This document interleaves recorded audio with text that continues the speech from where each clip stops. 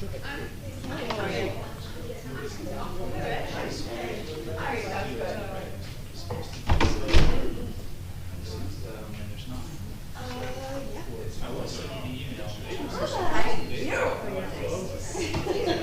love those shoes.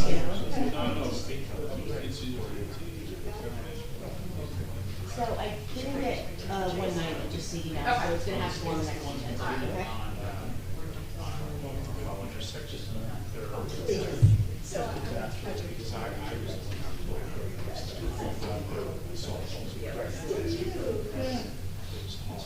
Okay. Yeah. So yeah, I mean, I must send an email to someone.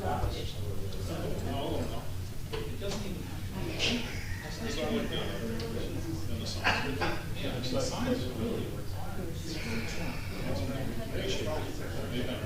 Good office. It's good, and Chief Rivers has the same rows as you.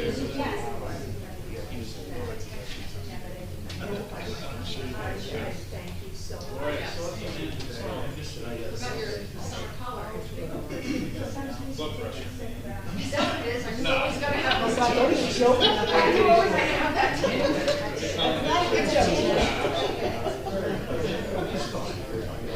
No, well, that's good. It's true. It has been. It has been. Today was gorgeous. Absolutely gorgeous.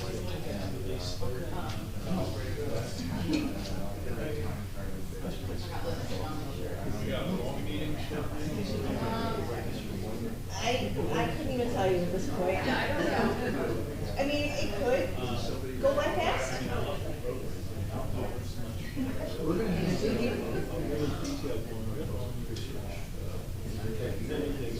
mean, keep it in the library. We've got a bunch of cans here. It's all good stuff.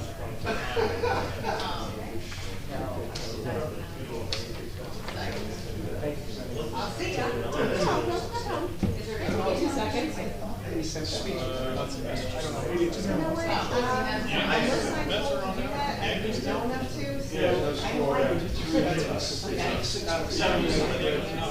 Well, next time something like that comes along,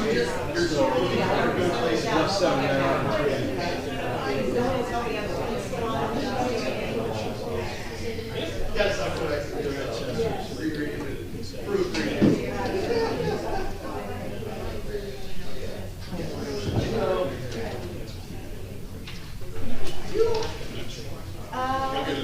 Okay, yeah.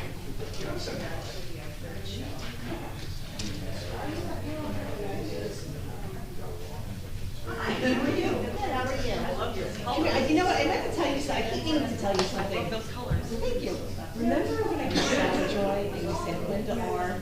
Okay, it is Linda R, you're right. It was fine. Oh, yeah, no, it's fine. Okay. Yeah, no, that's fine, because it goes by whatever you're listed as in the registry system, so why don't you just take a double check? This is county. I should have to honor Linda R, so. So, just have fun. People don't know. So usually when I sign things, it's Linda Rose.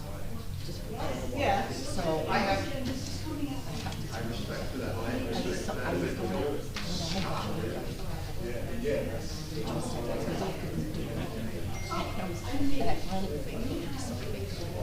That's it.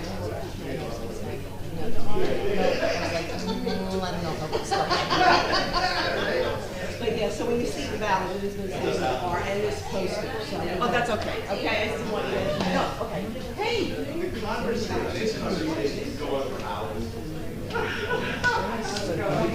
Hey, Ben, long time no see. Wow, you look good. Wow.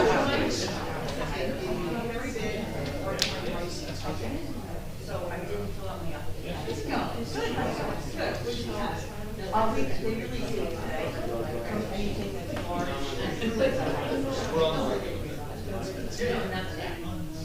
Oh, wait, hi. No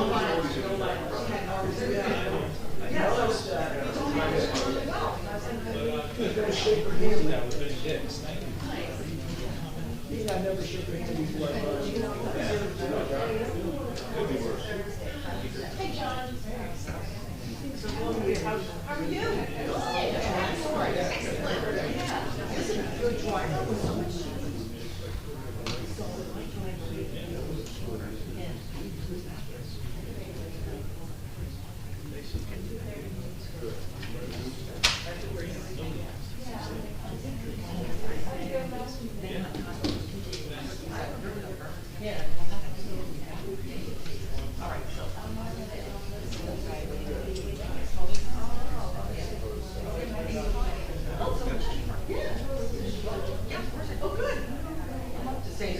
Oh, yeah, it's like a one shot. There you go.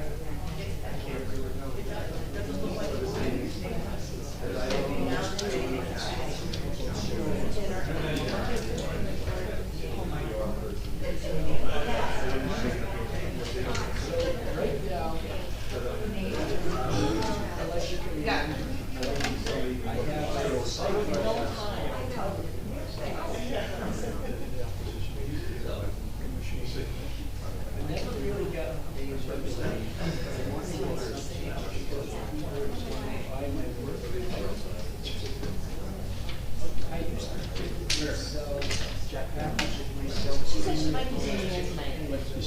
I don't see her so far. Keep an eye out for her.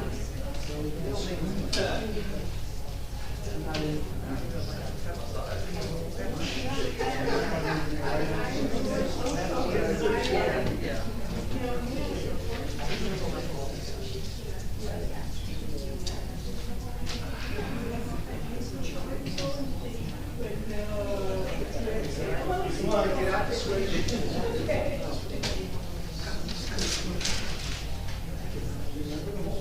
I mean, there has been some.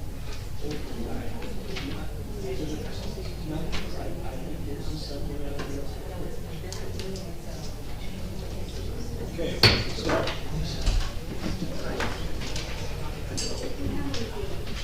I pledge allegiance to the flag of the United States of America and to the republic for which it stands, one nation, under God, indivisible, with liberty and justice for all. I wish to announce that 48-hour notice is required under the Open Public Meetings Act, was emailed to the Asbury Park Press, the Co-Star, and the New Co-Star on December the 7th of 2023. That a copy has been placed on the bulletin board in the borough office and that a copy has been filed with the borough clerk.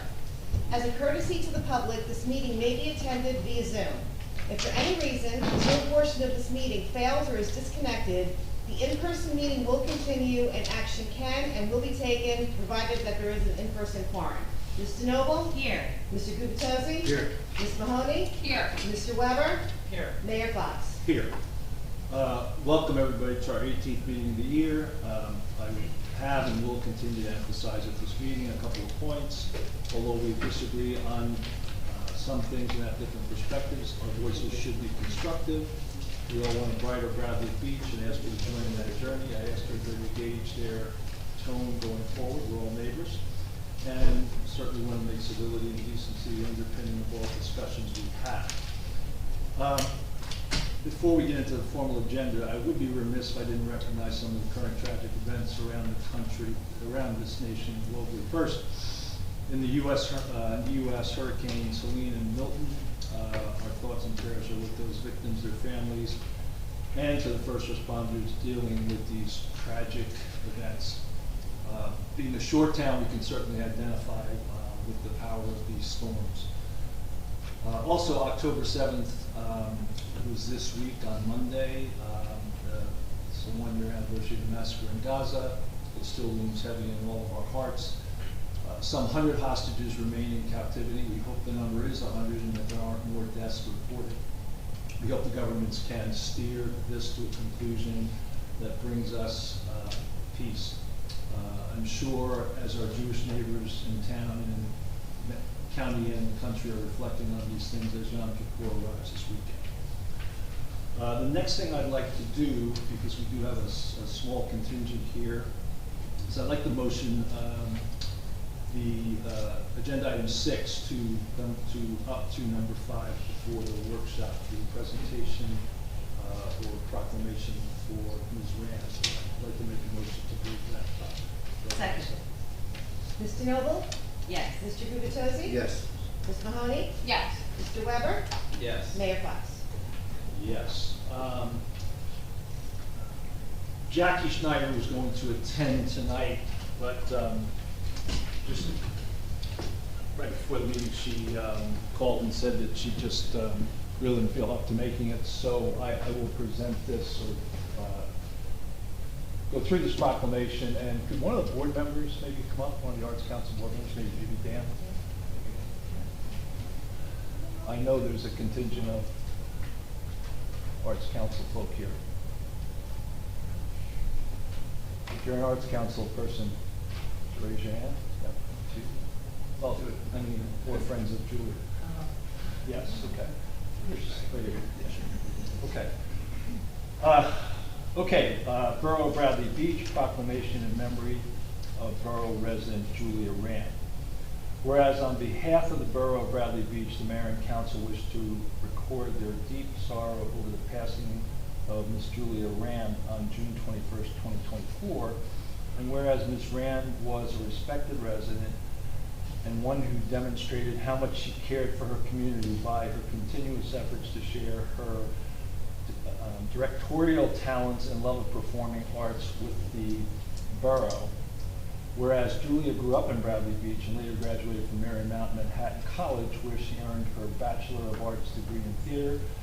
Julia also studied Shakespeare with the Royal Shakespeare Company, the American Globe Theater in New York City, and Uta Hagen's professional acting classes.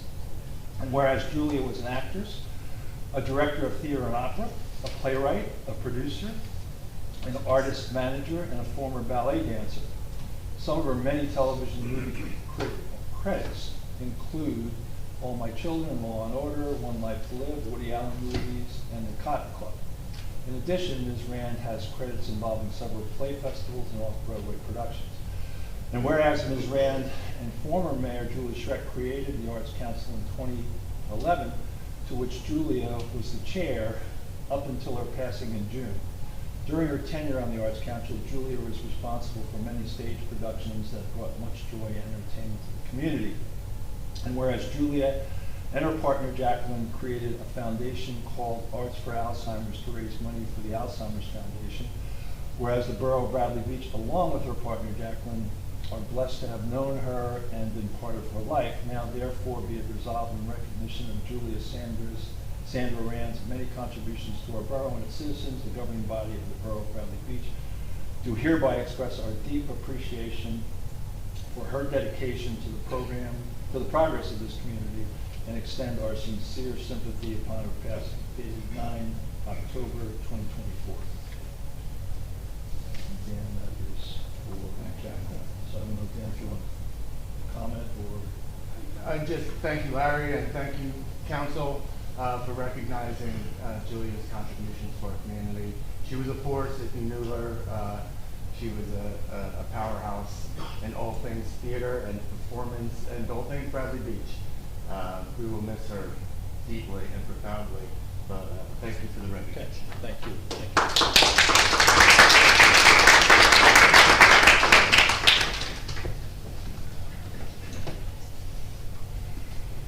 I met Julia, I guess a little over 4 years ago, and about 2 years ago, she started a discussion about she didn't know how long she was going to be around, which I'd always joke with her that she's going to outlast us all.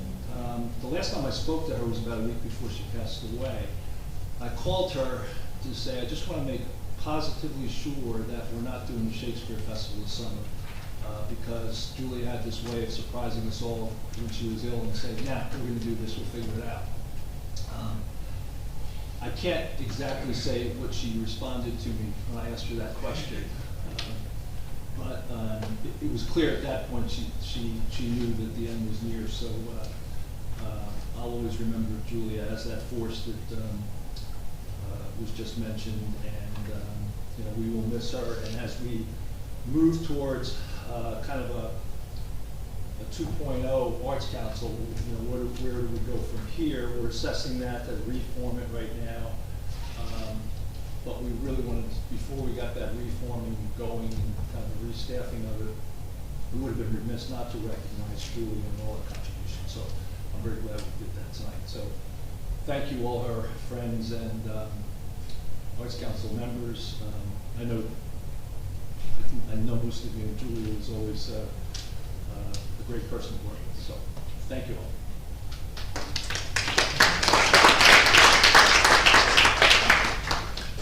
Okay, we do have a workshop scheduled, and you probably, if y'all don't want to stay for the workshop, feel free to, while we moved it up. So, I had a request from the council president last week to get the 52, I'm going to call it the 52 Ocean Avenue project, which is the north side pump house. We hadn't at that point, post-budget approval, resumed our engineering reviews. I've been holding engineering reviews with Ken Matlack, who's here tonight to talk to us, and Meredith, pretty much bi-weekly. I don't know when we started that then, but it was probably earlier this year. And we actually stopped doing it in, I want to say the July timeframe, because of, we had made as much progress as we could, and we needed to get the budget passed. I was not sure that we could resume resolution development and approval of those that quickly, but I came to find out on Friday that both Ben and Meredith were in a pretty good position to at least get these out on the table. We prepared these resolutions, number 184 to 189. One of them is 319 Marine. It's not one of the engineering related, but it has CMU implications. So what I thought we could do is go through those as part of the workshop. Don't go through a voting process, but just go through questions, answers, and any discussion to kind of move these along. But we can certainly start with the 52 Oceans. 54. 54 or 52? Did I get it down? 54. I'm sorry, 54. So, do we want to start with that? And Ben, would you mind just framing 54 for us? Good evening, everyone. Thanks for having me. Yeah, so 54 Ocean Avenue is a project that we have talked about before. The borough received a grant for, it's an asset activation grant from the NJDCA.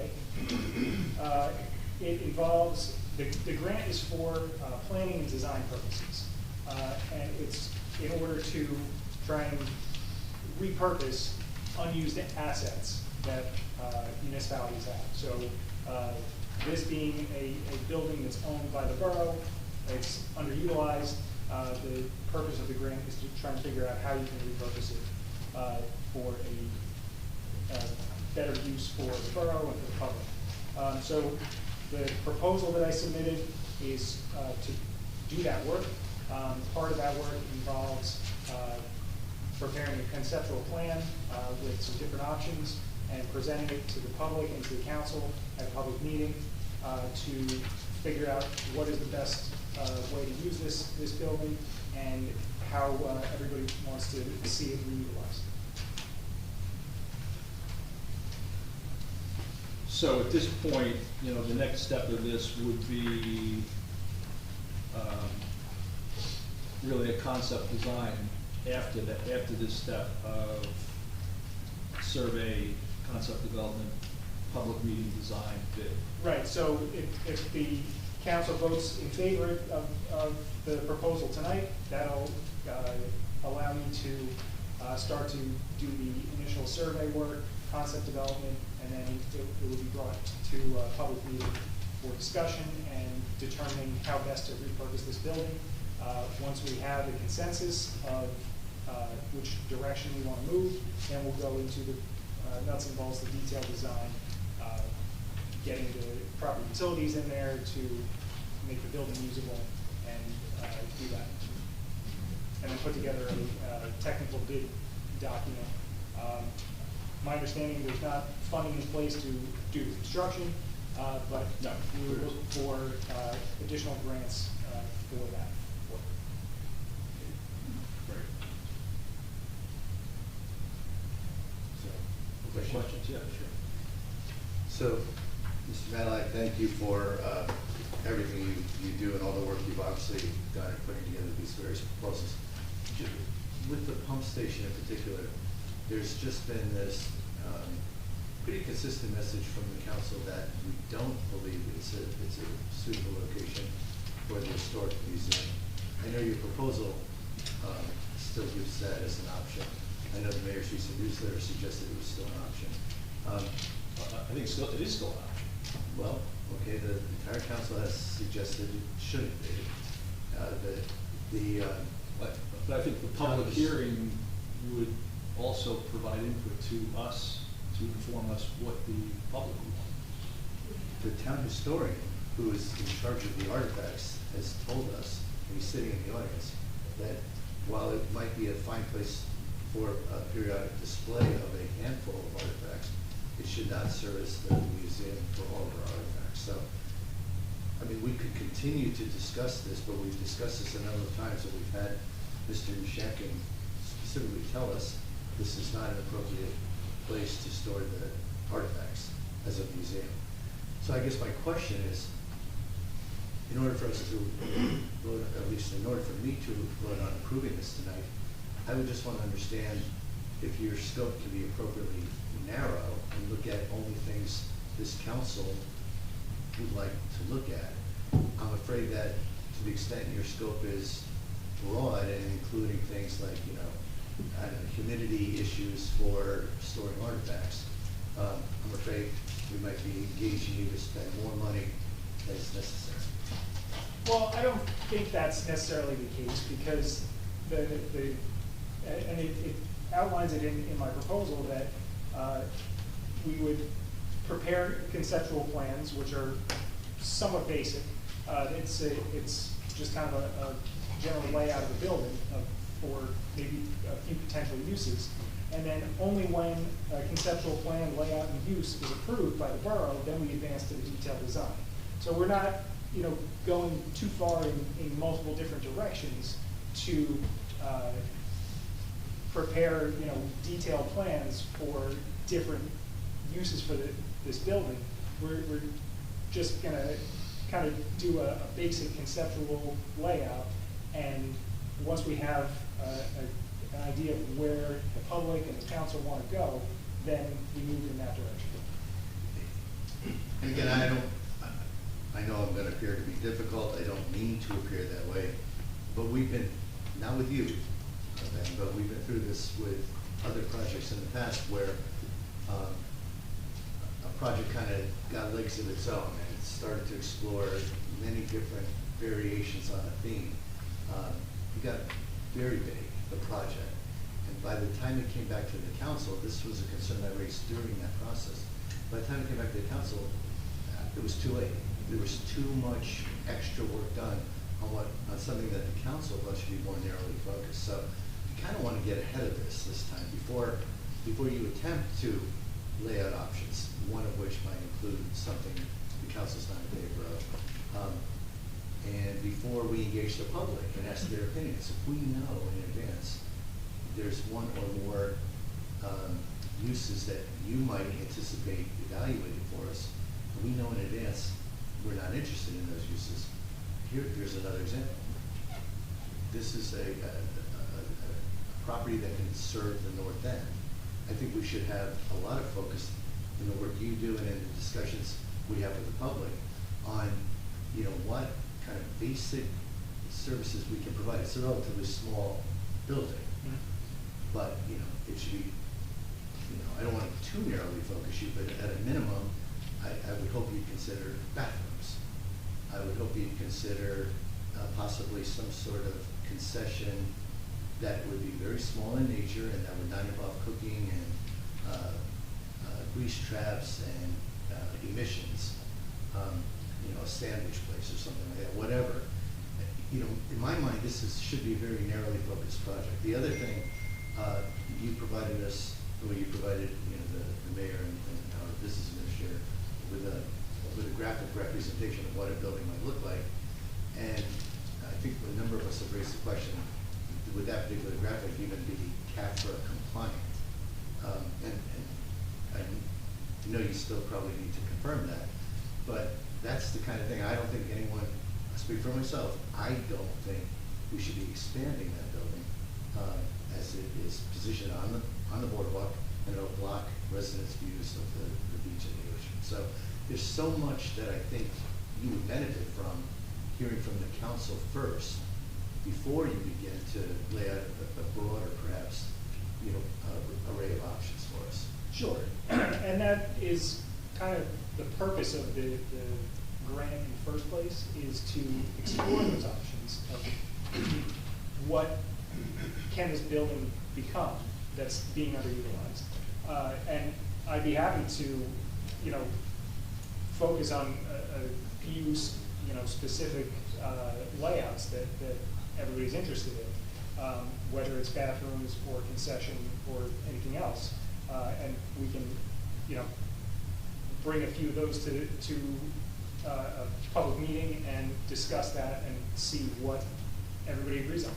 And that's, you know, that's the point of this grant. Right now, I don't have anything. All I have is the grant application that we prepared. And I don't have anything to show you other than that conceptual rendering that my architectural guy put together on his own. And that's actually, if I may. Please. Okay. Why I wanted to have this meeting again, because not only were you renovating the original building, but you were replicating it and building another building. And just to think about building a building in front of the Atlantic Ocean these days doesn't sound like a great idea to me. It'll block people's view of the ocean. Right now, there's a porta potty on wheels, blocking people's view because it is right next to the playground. So in my mind, it's saying to me that needs to be a bathroom, or it needs to be a food. These are needs that people need on the North End. They don't need a museum. They don't need another building. They have a building that's been there a very long time that could use a renovation and be used for something rather than a luxury item. I think a need item would be better utilized. I mean, I'm sorry, one last follow-up. To me, it's all about narrowing your scope. I don't want to give you a blank canvas to say, create. I'd like to say, I'd like a picture of a tree with a squirrel next to it. So you're very narrowly focused. And then you come back and give us a few different squirrels and a few different trees. Sure, yeah, that makes sense. Again, I'll just add on here, to be perfectly clear, I don't want the footprint of this building expanded. I don't think we should go there. So, echoing what others just said, so figuring out what it could be, and yeah, it seems to me to make sense, like, shouldn't we figure out what we want it to be first, and then spend this money, and if I'm not wrong, this is a $50,000 grant. Not to be difficult, Ben, but this is about $68,000 in the services that you. So we don't even know what it is. 64.6. Yeah. So I'm 60. 64.6. Okay, 64. Eyeballing it here. So we're already spending more money than we have the grant, and we don't even know what the building is yet. So I would love to do that in a different order. The grant is for this specifically to determine how to utilize the building. I realize that the proposal is more than that allotment. It's mostly because of permitting that would be required. Whether the building is expanded or not, I think cap or permit may still be required. And then retrofitting the building to accommodate heating, plumbing, ventilation, electric. Those are costs that are, no matter what we use the building for, those utilities have to go in there, and that's just like a cost that is. So you're saying, will we spend some of the 50 grand on figuring out what that would cost? Yeah. Okay, that Yeah. sounds good. To me though, if you want to figure out the building, the first thing we should do is spend some money on coffee and cookies and get a bunch of people in the room and figure out, ask them what they want the building to be. And with that, shouldn't cost too much money. And then with that, spend what's left on making that, whatever comes out of that meeting, reality. Okay. Are we allowed to spend money? Hope this grant allows us to spend money on coffee and cookies. We have to figure this out. We need people's input. Well, we can have a public hearing without coffee and cookies. I think we'll get more people if we have coffee and cookies. I'll make the cookies. Okay. I'll brew the coffee. Okay. With that, you have a comment? I do. And just to be clear about Mr. Matlack, if we put the museum in there, it would be considered an educational facility, correct? Could be. It could be. It might be, and then it's in the flood hazard area, so that has different implications, right? And so I'm of the same mind as Councilman Weber that I think the best thing to do, and I know that you were asked to put these together, is to figure out what it is that we want to do with the building first, and what council wants to do with the people in the town want to do before we go ahead and do the build out of the building. I think it's kind of putting the cart before the horse to do it a different way. So I think it's conversations first before that. And that educational use, that provides some exemptions from permitting, is that correct, or am I incorrect on that? Potentially, the educational use does not require a cap or individual permit. One of the first things we would do is set up a meeting with DEP to verify what the permitting requirements would be before we advance further. Okay. All right, why don't we move to the next one? Mr. Malik, one related question, timing of the grant availability. I know a number of these, the council needs to take action pretty quickly on this. We have a little more time. Where does this one fit? Yeah, so this one is a DCA grant, and upon execution of the grant agreement, the borough has 6 months to spend the money. We've not executed the agreement yet because of we haven't been authorized to start the work yet, so we're holding them off. But DCA is pushing the borough to get the agreement executed so that it doesn't drag on forever. Yeah, so we can set up a public hearing pretty quick, I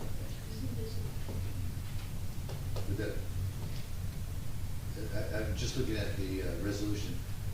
First item is survey and base map-based services, but would we have that public hearing with or without cookies and coffee before you begin the survey work and a lot of the other work? Well, I was anticipating having that work done and then preparing the conceptual plan to be able to present something to the public at the meeting.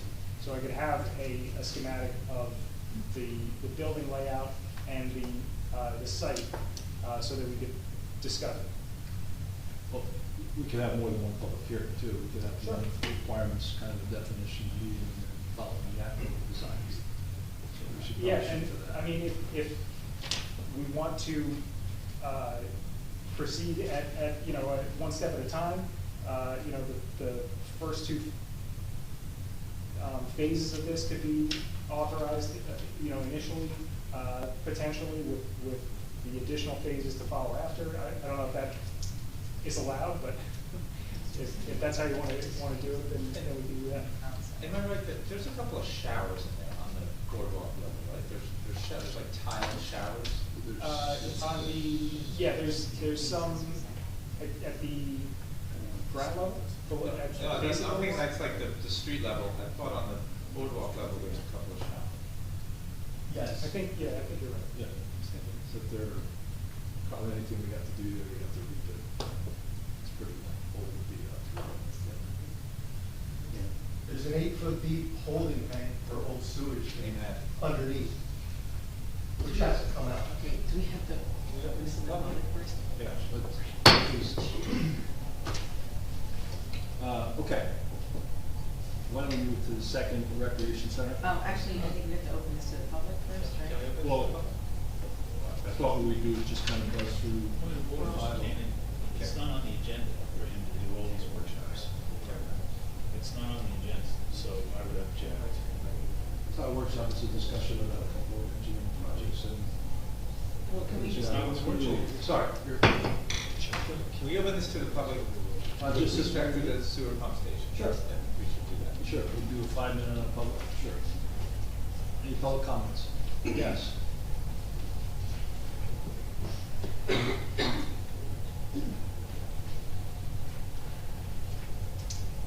Hi, Brigitte McGuire, 610 Burnley Ave.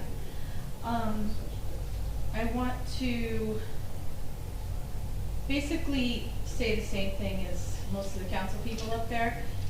We were already having the same discussion when we were brought an architectural drawing, asking, let's bring the public together, let's bring the community here to ask what we should do with this building before we continue on this.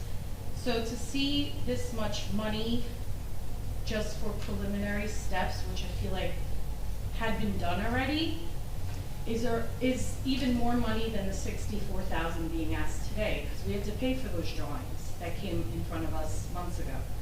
So I feel like we need to know, and I know we might not be able to get this until we do some preliminary work, but a total idea of cost before we go anywhere with these plans. How much do we want to spend on something like this as a community?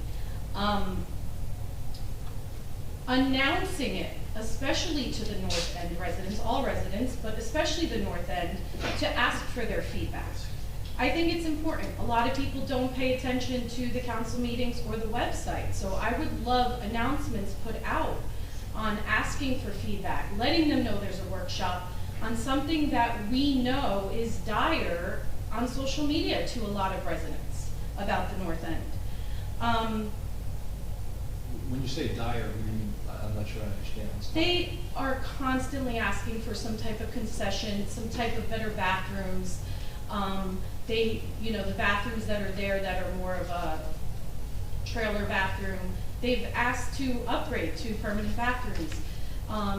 They complained about the ice cream and no food this year. So just things like that. I think it's important that the North End residents especially are invited to discuss this type of workshop. So I feel like we're now 2 meetings in, asking for big ticket things, asking to approve a drawing last time that nobody knew about, no one asked for. And now we're asking to approve $64,000 on what? We don't know.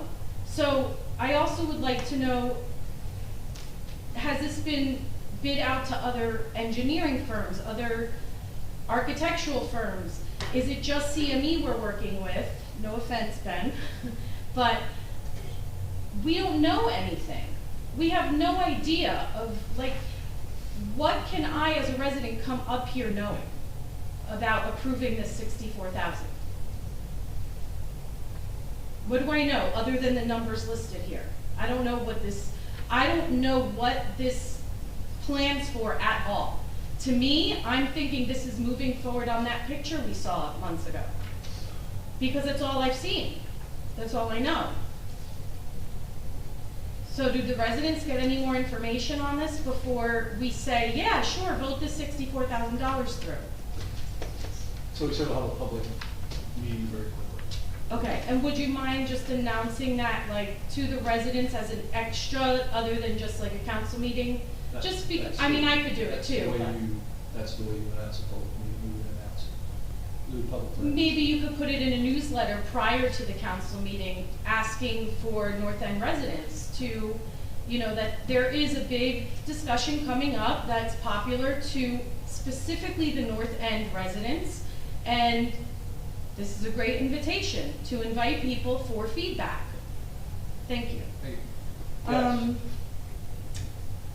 I also see, I heard, Ben mention that the DCA is pushing to get this grant going. Just to put it on record, I wish the DCA would push our 2023 audit to come through. But, I'm asking the council at this, like, later with the resolutions, to please vote this down. We're just not ready as a community. Thank you. Yes.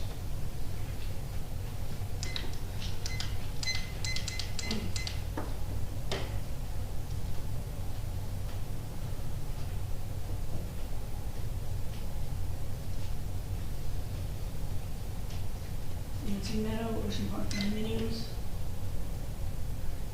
Since 1988, which was my first year ever in Bradley Beach, I've requested a bathroom at that site. Nothing elaborate. Toilets, changing table, sink. No breezeway, no concession. Okay, in 88, we did have the nice concession by the pool. But the sticking point was always the cleaning up of the site. Now, let's jump to this past administration. I don't know how many times I've stood up here and said, we do not want a museum, we just want a bathroom. So let me be really clear. I am at the north end, extremely close to this site. We do not want a museum. We do not want a restaurant owned by the people in Avon. We do not want concessions. You want to put some vending machines to get into who breaks into them or who lost money. Okay, I can vend there. But that is it. I would also like to say, to me, since I've verbalized this so many times, this is a public meeting. How many years do we have to spend to get a bathroom? And if you don't want one, then just leave the building like it is. Because this is what is a dysfunctional government. This is what is a dysfunctional administration. Not listening to what is needed. And definitely, I would say in 2024, almost 2025, we're in a situation where we can barely afford needs. We cannot afford luxuries. And at this point in time, a concession stand is a luxury. And yes, I'd rather not have to walk all the way home and make my own lunch, but you know what? Like, that can be managed. Okay, and I think it's more a matter of concessions, what it is you offer these people to bid on and what your requirements are, and that whole scenario, and that's why you don't get concessions here, and the type of food they sell. But I want to make it really clear, and I'm going to be redundant until you look at me and say, how many times does she have to say it? We just want a bathroom, especially for the people that utilize the playground. It's not even as much for the adults. It is definitely for the parents that go there with their little children and need a bathroom. It should not be such a difficult concept other than cleaning out the ground and everything that came with the pump station. Thank you. Thank you. Yes. Thomas J. Cohen, 612 Third Avenue. You know, I think it's really interesting, Mayor. You said you've been holding engineering reviews weekly with Mr. Matlock. No, I didn't say that. I said every other week. Oh, every other week. I'm sorry, every other week. Now, at those reviews, have there been any council members? No. Oh, okay. Just want to clarify that because I'm just wondering who's going to create this conceptual plan. But I'm going to make this really easy for Mr. Matlock. This is no blue sky. This is no blue sky direction like we have at the church to crush the church. The original plan that was submitted, that rendering was horrific. And this is really simple. The building's 900 square feet. Conceptual plan of what, I'm sorry? The conceptual rendering that was presented in this room by Mr. Matlock about 3 months ago, where you were adding a whole wing with a breezeway blocking the view down Ocean Park Avenue. That one, that's the one I'm talking about. Okay. That's out the window. It's got to be, as Councilman Weber said, the existing structure. It's 900 square feet. It would make two very elaborate, I know they don't have to be elaborate, they can be elaborate. Men's and women's rooms, probably a family bathroom also for changing babies. And it could all be done within that footprint. And not only that, the construction could be funded by the beach utility. So no taxpayer money would have to be used. So I think that's really the answer. Keep it simple. I could draw it out on the back of a napkin, and Mr. Matlock can draw it up, and we can get it done. That's what we need. We do need bathrooms there. The existing stainless steel trailer is not the standard for Bradley Beach. So let's just keep it simple and actually get it done. I would contend that the structure that's there, the temporary structure, it's temporary, we recognize that, and it was put in because of COVID, during the COVID timeframe. It's done a good job for us, and it's worked very well. So I don't want to give people the impression there's no bathrooms there. There are bathrooms there. Well, I and they've worked very respectfully well. disagree. Many of people on Ocean Park Avenue complain about the view, and I don't think it meets our I'm standard. aware of one person complaining about the view. There's more. I'm aware of one. Oh, okay. Yeah. But it's not our standard in Bradley Beach. We want to set a standard as a resort town. Let's supply bathrooms. We shouldn't have lines at the women's room because they get a little more use. There's more women's room than that. We should have elaborate bathrooms, is what I'm saying. I mean, it's, they built the mods at Boston College in 1975, and they're still there. That was temporary. So I don't want to see this building here for a very long time. I want to see it gone. And I want to see that building utilized 100% for bathrooms. Thank you, Mayor. Thank you. Oh, and Mr. Cannon, for the record, I would appreciate if you didn't do any of these other items as a workshop, because they're not posted that way on the agenda. I mean, we've been down this road before. If you want to talk about them when each one comes up, that's fine. Can I address that? I'm sorry? Can I address that? Sure. I understand your point, but they are on the agenda, and so whether, there's really no functional difference whether they discuss them during the workshop and allow the public to participate, or they just make a motion in a second and then discuss them later when they're on the agenda, and then the public doesn't really get to participate. So I hear you on the forum, but like substantively, if they do this workshop, the public gets to participate too. There's probably people who would have come if they knew it was going to be a workshop. But it's just going to extend. Like I said, I understand your point, but I have a hard time telling them they can't talk about it. It's just going to extend the meeting now. You're going to open it to the public, but if that's your direction, I would just. I'll charge you guys a flat rate. Thank you, sir. We do have one person on Zoom.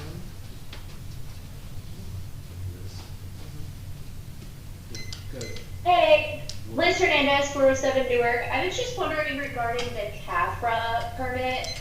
Is there an estimate on the cost if it wasn't used for educational purposes?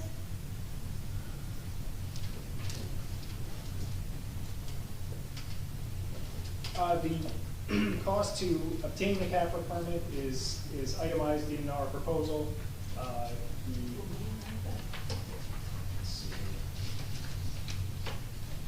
The permit phase services are $14,300 for preparation of the application and attending a meeting with the DEP and whatever is required to obtain the CAFRA permit. Does that include the permit itself? The application fee, that's something that we'll have to discuss with the DEP. So that doesn't include the application fee? Correct. I think that was the nature of the question, but go ahead. Yeah, right, because the application fee varies like per use and like per location. So I was just wondering if that was considered when you were looking at the plans here. That is not included in our cost. It would be a separate application fee that the borough would have to pay, but we have to review with the DEP before that number is determined. Got it. Okay, thank you. Okay. Next one. Okay. Should we discuss other projects? Yeah, I think, Where do we move on? I think I would make a motion to just quickly go through the other projects. One point that I want to make is that we had a meeting with the CFO earlier today, or a discussion, and he really believes we should put a bond ordinance together relative to all these prior to resolution approval. So I think what we should do today is go through these resolutions, flush out any questions that the council has, and then between now and the next meeting, really get a reasonably accurate bond number. And so for tonight, you plan to table these? Yeah, I'd like to go through them, and then I think we table and then just bring it forward in 2 weeks. So I think it's just a quick, recreation. Are there questions, are there issues or concerns? And if they are, we take it down and we deal with those as we go. Can I just go back real quick to the 54 Ocean Avenue? Our proposal was dated April 19th of this year. And at that time, it was discussed that there were 2 options for the building, the historical building and the concession building. And that hasn't changed since April. We haven't done any work, we haven't prepared any additional concept plans. So there's been some talk about, well, we've been hearing about this, we've had public meetings about this already, which I won't deny that this project has come up several times, but there has been no additional work done by us on this project. And unfortunately, until the grant agreement is executed, the borough doesn't take credit for holding a public meeting about this project, because that's one of the kind of requirements of It's a this requirement of the grant, yeah. is that you hold a public meeting to solicit input. And we can't go backwards and say, well, we did that 3 months ago, now here's the agreement that we signed, and it's already done. They won't allow that. So that's what I'm trying to get at, is that the proposal is to begin the work and then kind of start the clock on the DCA grant and move forward that way. That raises one other question. Ben, along with this was the memo from you from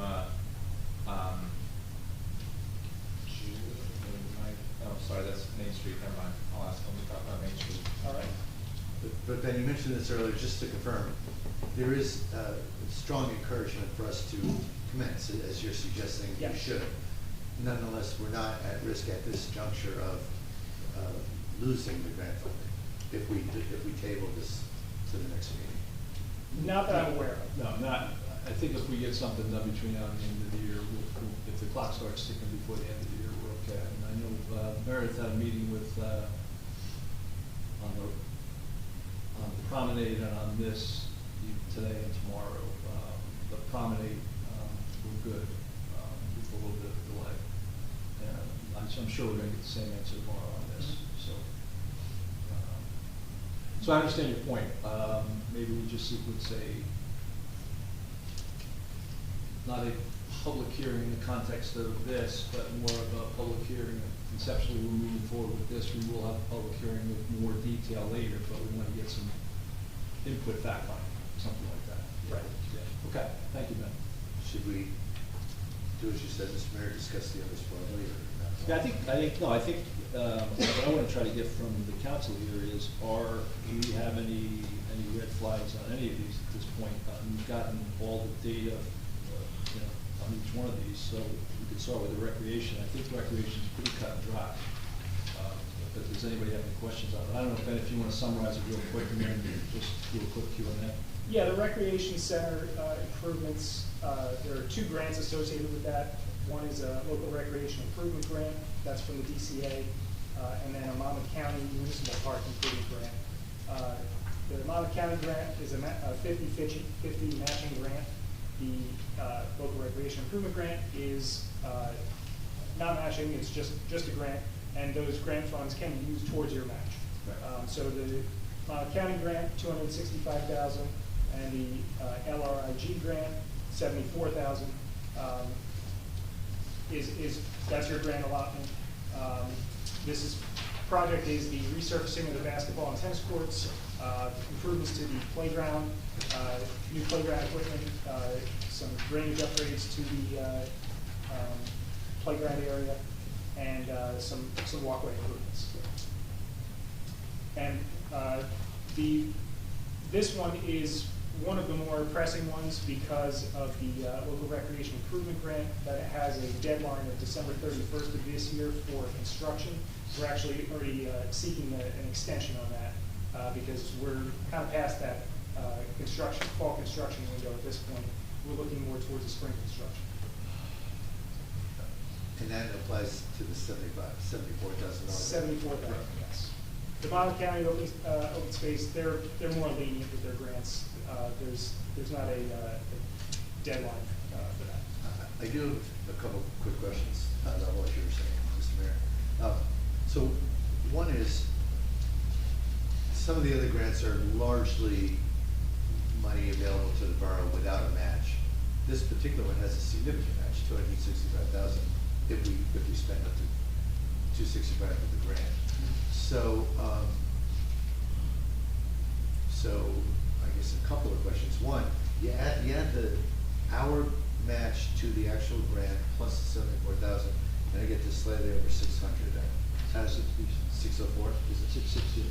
660? 660 was our cost estimate for this project.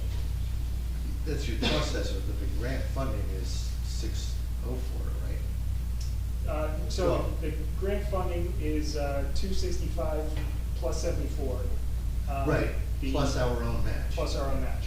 So what we're committing to kick in is 265. We're getting a grant of 265, we're getting another grant of 74. And if I add that all up, it's 604. Is that correct? Yeah. Do it Yeah. here. The reason I'm trying to raise this is, when I first went through this, I was ready to commit to, the borough getting that match and contributing 265. But then I realized we're still almost 60,000 short of your construction estimate. So if we were to move forward on this project, estimating the construction at 662, we're contributing 265 plus 50 or whatever the math is. So, number one, that might have not been noticed by others. I want to make sure I called it out. And number two, we're really being asked to spend more than the quick math on the grants, the 265. Right. So the construction cost estimate is 662. I don't have the math worked out in front of me exactly what the borough's contribution would be, but it would be less the. I'll phrase it like this: Monmouth County will participate 50% of a match to what your construction cost is. If you spend 600, that's 50% would be 300, so they would match up to the 265. If you spend 500, half of that would be 250. They would only contribute 250. So in order to realize the full extent of their match, you'd have to spend at least 570. Is that right? 604, I thought. With the 265 to 74 plus our 265 match. Yeah. So, and I'm sorry, I didn't make this clear. The 74 can be part of your matching dollar amount towards the So county. you spent 530. Right. So if we did that, we'd have to look at cut some items within the construction or the Yeah, project. if you were looking to minimize it, then we would look to scale down the project or something along those lines. And that can be done, during the design phase. We'd obviously update our cost estimate as we go to see where we can save costs or if we need to fit into a specific budget, then we can do that. Yeah, I mean, we had to do that with Lake Terrace. I mean, we had a higher Right. estimate, we cut a couple things out and got to them. All right, now that helps because because all in, the construction budget was more than I thought we all collectively wanted to spend. So, thank you. Let's see.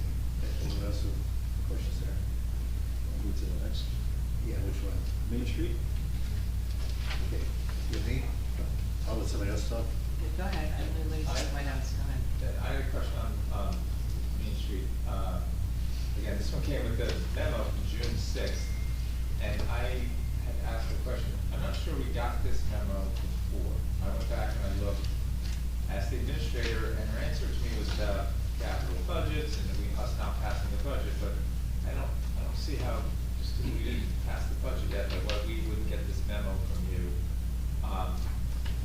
And it's not on you, you provided it to the borough. I don't know why we couldn't have all gotten this and been, thinking of it. I know I participated in those meetings, regarding Main Street, but this was just to see there was this budget sitting around since June 6th, I was just kind of surprised that we're getting it, and in a matter of days, like, having to vote on this, so, I know I participated in those meetings about Main Street. I don't know that we landed on squarely on exactly what we were gonna do with everything. Was that your impression that we were, like, we definitely know what we're doing on every item? No, we don't know exactly what we're doing on every item. I do recall that in those meetings, there was some, we had some good discussions about whether we were going to utilize the grant that Borough received to focus on like a smaller area, maybe in one section of town, or if we were gonna try and use that grant money to do enhancements throughout the length of Main Street. And I think the consensus was the second, that we were gonna try and improve things along the entire length. If we can't do everything full soup to nuts along the whole length, we would do, you know, the first, it would be like a first phase of. It was my suggestion, so I. Right, yeah, exactly. So, but then, knowing that we didn't have enough money to do everything all along Main Street, I was kind of trying to perform this subtraction of what is in here that we don't need to, so that's, I guess, what I'm asking. Where did we land on all that? Yeah. Just we figured we chose the light fixture and things like that. Yeah. But I was like, I didn't think benches, and I didn't think we needed so many trash or stuff, it was things like that, so I just feel like, in my mind, I feel like I want that detail before we go ahead and say, yeah, let's go ahead and do this. Well, I think a piece you may not be recalling, Councilman, is that we said, number one, this is not a 2-month project, it's a pretty lengthy project because of the permitting and all that stuff. Number one. Number two, we applied for and have an application in for a further grant to cover basically the full deal. And if I remember right, we made here on for the end of the year, or is it early No, next we're year? probably here January or February, which the timing worked out fairly well to say, you know, this would dovetail pretty nicely. So if we get that additional grant in February, we'd probably be able to fund pretty much the whole project end to end with what we want. So that's, I think, the way we said we would proceed. That was my recollection. Is that kind of what you remember, Ben? Yeah, I think that the intent was to design the full project and then implement it in phases as the funding becomes available. Correct. And that's what this does. That's what this proposal does. Correct. Was there a committee report that you guys created? I don't think we had created a report necessarily. It was, we just had discussions, and then I prepared this proposal to based on try that. based on those discussions, and we are now here today. Can you remind me who was on the committee? It was the mayor, Councilman Weber, Meredith, DeMarco, Biagio Fung, the Public Works Director, and then three of the business owners in town. Ed Mulligan, excuse me, Ed Mulligan. Somebody from BBCA, Ed Mulligan. From the realtor. Victoria, Travis Simbieski from VIX. I think that was it. Yeah, I think so. And I didn't make it to every single one of those meetings, so I was like, did I miss something? Did this, that, the memo, I don't remember getting this before. And I knew that we didn't create really any kind of a report, so that's. No, it was basically input we took the design that was done 2 years ago, we kind of critiqued that and said, what are the requirements, what would we want to change on this? This is my recollection of those three, we probably had 4 meetings. We landed in a pretty good place and then said, let's put a design together based on that for vetting with the council and the public. Right, and again, this proposal includes public meeting for input and discussion, to hear people's feedback. Roughly timeframe of the meetings was during spring, summer? Spring and summer, yeah. Spring and summer, I guess it would have been before the June 6th date, so it would probably in the spring into early summer. So just, I appreciate this opportunity to, for all of us to share our thoughts, especially if we can be in a position to approve a lot of this a couple weeks from now at our next meeting. My concern, I said it earlier, but I want to say again, because I think it's true of this proposal as well. And maybe, Mr. Malik, you'll have a couple weeks to hopefully consider refining the scope. Maybe not the fees, but the scope. I want to make sure that whatever we approve, we're on the same page. Like we're saying, yes, go forward. So for example, on this particular proposal, I would like to know, as a council member, what the committee's recommendations were. Maybe the committee, I don't know if there's a designated secretary or something, maybe someone could summarize largely where you ended up, just so we can all look at it and say, makes sense, let's move forward, or did you consider this or that? Again, I'd rather give you the guidance up front than react to something where, in my opinion, at least you might have gone off on a bit of a tangent. So the more guidance we give you up front, the better. And I know I said that about the pump station a minute ago, but I'd say the same here. Just give us the opportunity to give you guidance. Okay. Yeah, that's fine. Yeah, I don't think there was not a tremendous variation in the theme from the detailed design that was done 2 years ago. It's just refinements to that. Let's talk about streetlights. Let's talk about a couple of those elements. Yeah, it was. We got those notes. There was a little bit of, I guess, revision to what was presented. I forget, it was 2 years ago or something.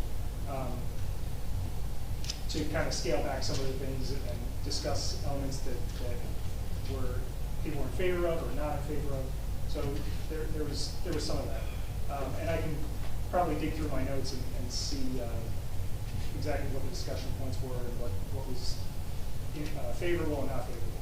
And I can get that for you. Yeah, and an example of that was the streetlights. We have two different designs of streetlights. When we looked at how many we had on the street, and replacement of one or the other, it led us to, we should probably go with this because it'd be the least cost option. That was a lesser cost than we could live with. But this went way beyond aesthetics, right? We were talking about bike lanes, we were talking about pavers versus. We were talking pavers, but not bike lanes. No, We weren't talking about bike lanes? During the meetings that we had, we didn't discuss bike lanes. The meetings that you had. You're saying the public one that was here. The public one here, we discussed, but, so that's what I'm wondering is where we are on those things. So if we're not discussing bike lanes anymore, I would want to know that. And we did discuss in pavers, we discussed what we're gonna do about the street, are we gonna tear up the sewers, and how far do we go before we're gonna have to redo this? So there's just a lot of things that we discussed and what I've seen, in the one time that I was around for the discussion, that now I don't know, since I haven't seen a committee report, that I don't know where we stand right now. Yeah, and just a couple other details. I remember you had a lot of planters, like flower pots, and I believe the folks were like, no, let's not do flower pots. So that was, again, a subtraction. And there was a lot of trash and recycling receptacles, and I thought too many, and there was that. I remember some of the other items. Bump outs? Yeah, I don't know that we discussed those like bump outs that you had shown conceptually. Is that still part of what is in your mind, or are we doing that? Not necessarily. That's kind of part of would be part of the public discussion of whether or not that would be something we want to implement or not. This plan did not include the bike lanes, did not include repaving the street. It would just focus on the side, basically from the curb to the curb end. Yeah. And the big question was pavers, and I think we ended up, and not everyone's going to be happy with this, but yeah, we should redo the pavers. Mm-hmm. I mean, I think you worked out Set we, some numbers. yeah, we worked a few estimates to figure out how far these dollars could stretch. Right, which got us into the conversation around the second grant. Yeah. Correct. So circling back to what I said moments ago, we'd just all like to be informed of where you ended up. Sure. You know, and hopefully you're straightening telephone poles too. Straightening telephone poles. That's crooked telephone poles on Main Street. I don't know how they stand. It was only half the Most of those are by stations. design. Okay. Believe it or not. Wow. Yep. I don't know that. What's that? I don't know that, but I'll trust it. No, I went around with the representative in town, block by block, and some of those are designed that way for resilience, yeah, believe it or not. It blew my mind. Yeah. And one more question on that. Would your engineering fees be reimbursed possibly at the end of the project? Through the grant? Yes. Possibly, I'm not sure about that. You'd have to review that with the DOT. They're administering the grant. But that's definitely something we would work with. Okay, thank you. Sylvan Lake. I'm sorry to interrupt, are we not doing public comment with any of these? We're waiting till the end. Yeah, wait till the end, I'm just trying to get the, we're not gonna vote on anything specific, we're just trying to get feedbacks with that. That's fine. So, The, oh, sorry, go ahead. Oh, I was gonna say, so the Sylvan Lake Improvements is a project that the borough received a NJDOT Local Transportation Project Fund grant, $2.4 million. It's for rehabilitation of the failing bulkhead between, it's along Bradley Boulevard, basically between it's the last section of wooden bulkhead. Where there's snow fence. Where there's a snow fence. The conceptual, or the design element that was discussed in the grant application was continuing the kind of combination of wall and living shoreline that was done at Sylvan Lake Park, expanding that. There's also, included in our proposal is meetings and discussions with the Sylvan Lake Commission to make sure that the project that they're working on for improvements to the lake itself, make sure this project does not conflict with their project. And then again, public presentation to basically bring all the discussions that we have with the Sylvan Lake Commission and their team, and what the final concept design plan is going to be for the council's approval before we move forward into the detailed design. And this one is actually only the survey and base map and then the conceptual design phase. Does not include the full detailed design because we don't know exactly what that is yet.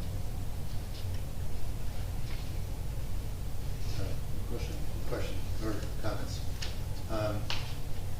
So this, of the various proposals, and again, and I know they've come in over the past 4, 5, 6 months. So some of them probably need more updating than others, but this particular one, as you know, I'm close to.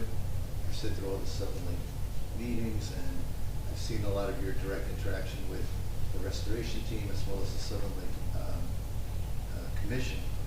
And I, unlike the others where I'm questioning scope and do you have enough direction from us, this one, because of my active participation, I actually feel like you've got this one pretty well pegged. So thank you for that, first of all. And I guess my question is, to the extent the mayor mentioned we may want to revisit some of these others in terms of creating bonding, this wouldn't be included in the bonding, right? Or ultimately we get reimbursed by the grant. Yeah, I mean, I'm not an expert on municipal bonding, but this is a reimbursement grant. So you're not getting the money up front. You spend the money and then you submit to the DOT for reimbursement. But we're talking about 24,800 to, well, if we wanted to authorize you on this project, 24,800. Sorry, do you know, we have to bond that, or? Well, I think, so we have a meeting with Mr. Garch Friday, we can ask that question. We want to have in or out.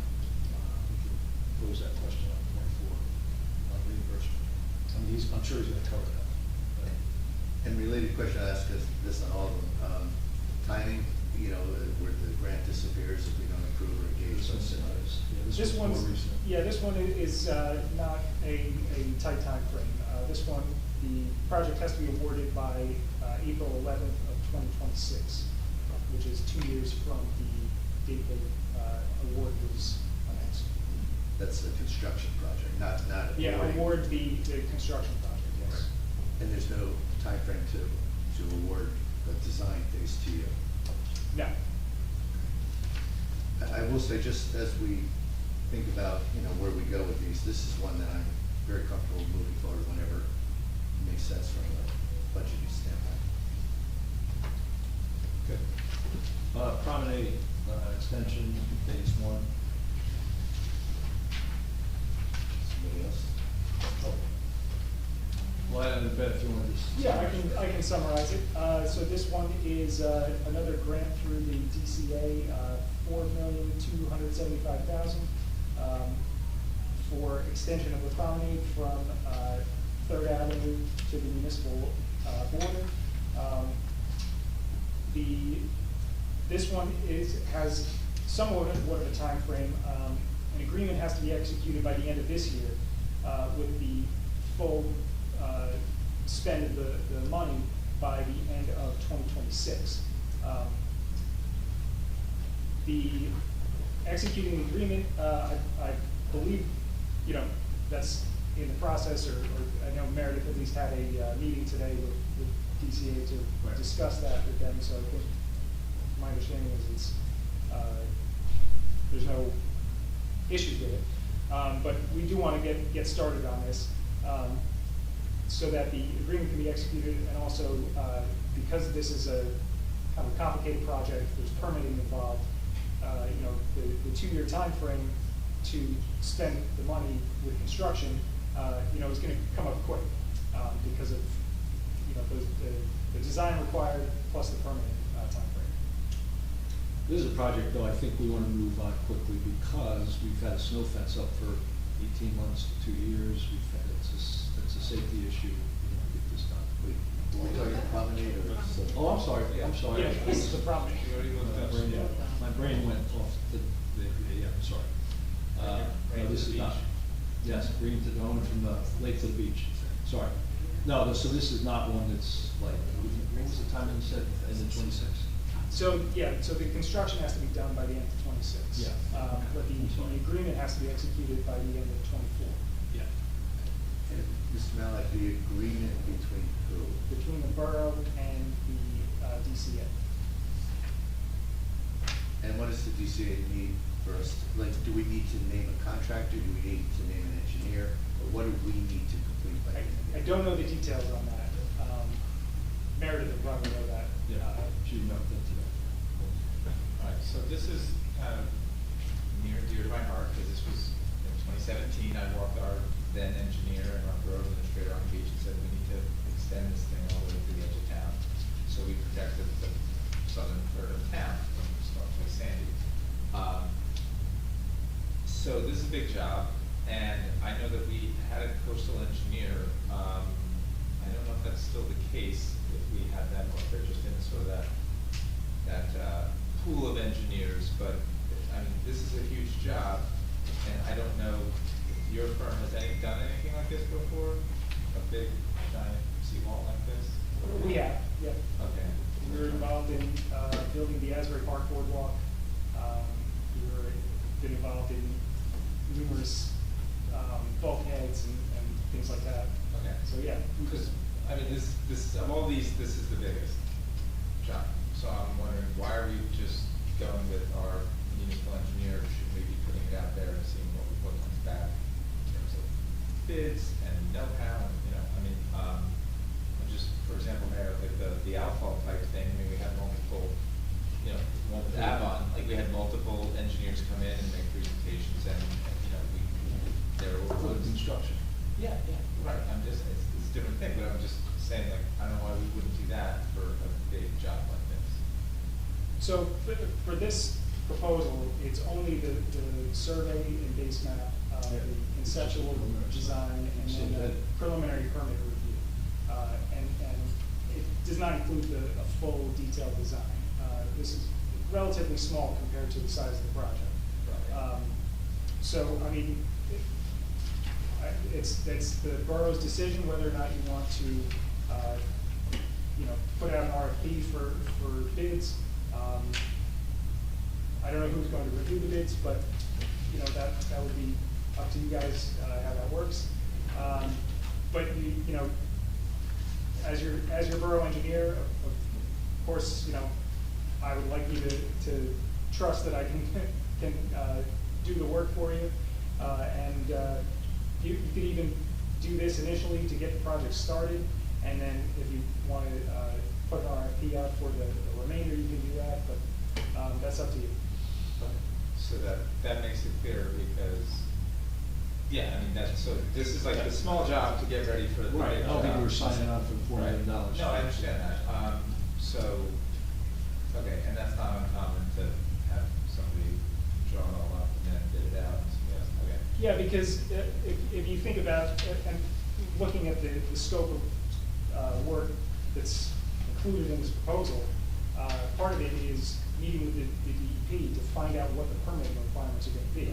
It's hard to put out an RFP to multiple engineers to bid on if you don't know what permits you're going to need. Understand. And I can remember something that came up way back when was, well, there's an initial meeting with the DEP and they're like, oh, you can't do that, you have to ask the Army Corps because you're essentially going over their project. And then I feel like once we finally did get in touch with the Army Corps, they were okay with it because it was providing a higher level of protection than their flat sand beach, which in their mind, provided some kind of protection. So they were okay with it, but now I feel like we have a different engineer, I just don't want that to be lost in the sauce, and that's all gone, we have to start at square one again with the Army Corps. So, do you follow me?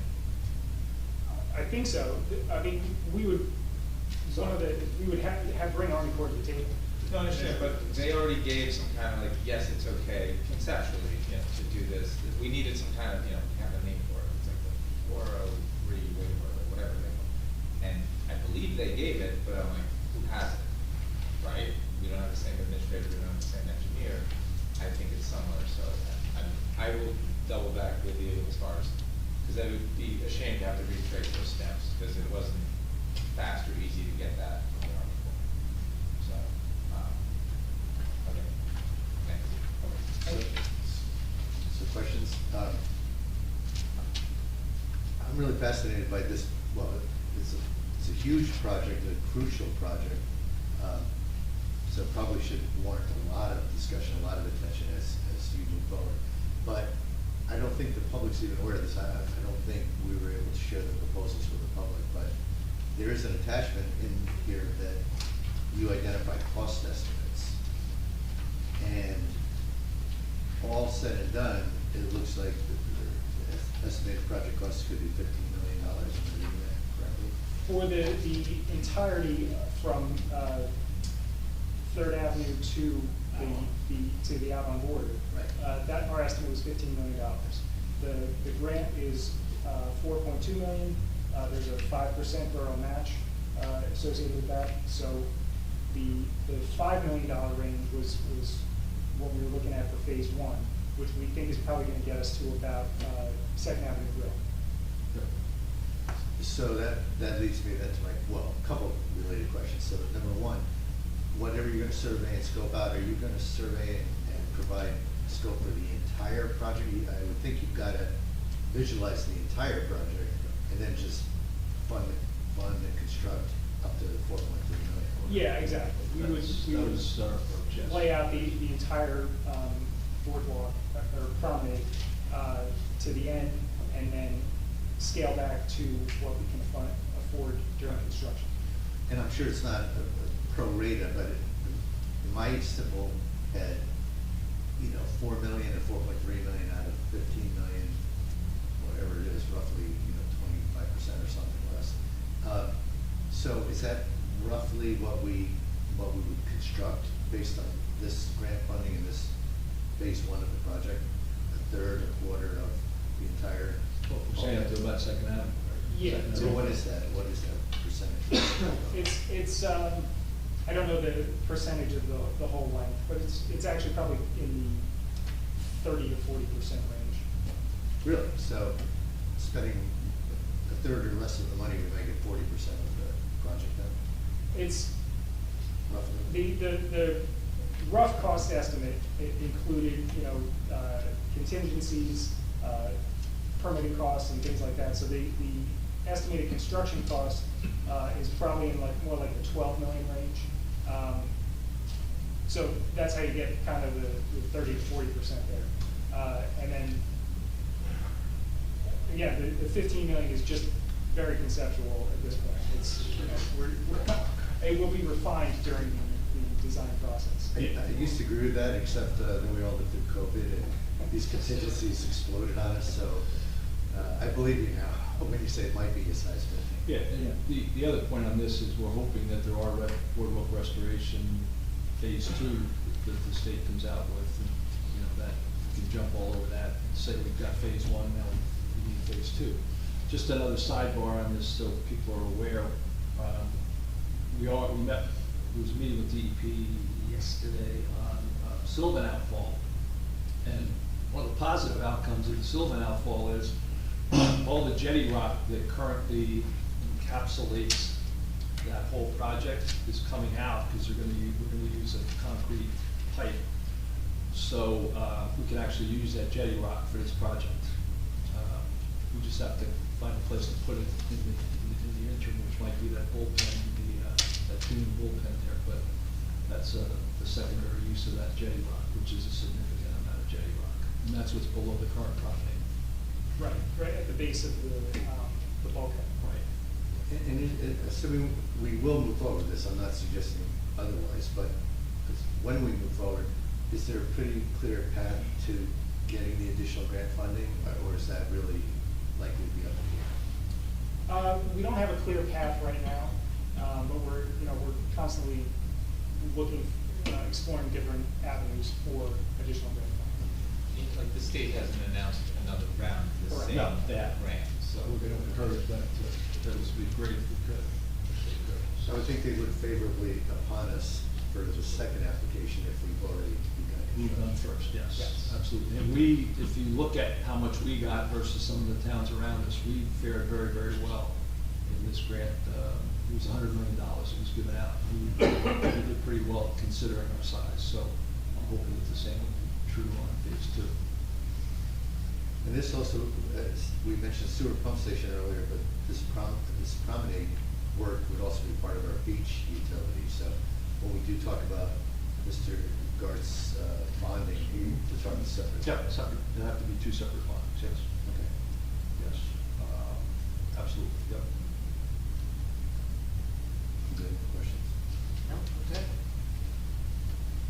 Okay, last is 319 Lorraine. I don't know, Beth, if you want to just summarize that real quick. Sure. So this would be for the demolition of the church. There's some environmental work that needs to be done. There's some environmental work that has been done to test for certain things like asbestos and lead-based paint.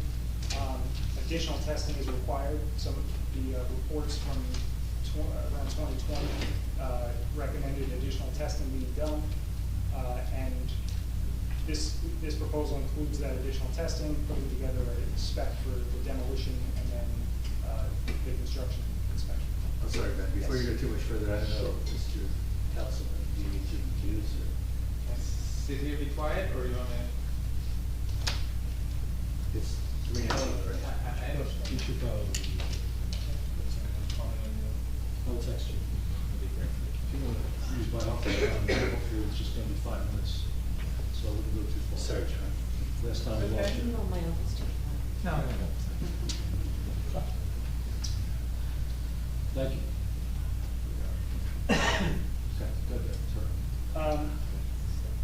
So, yeah, I mean, that's basically it. It's, like I said, there's some environmental work, there's preparing the specifications for the demolition.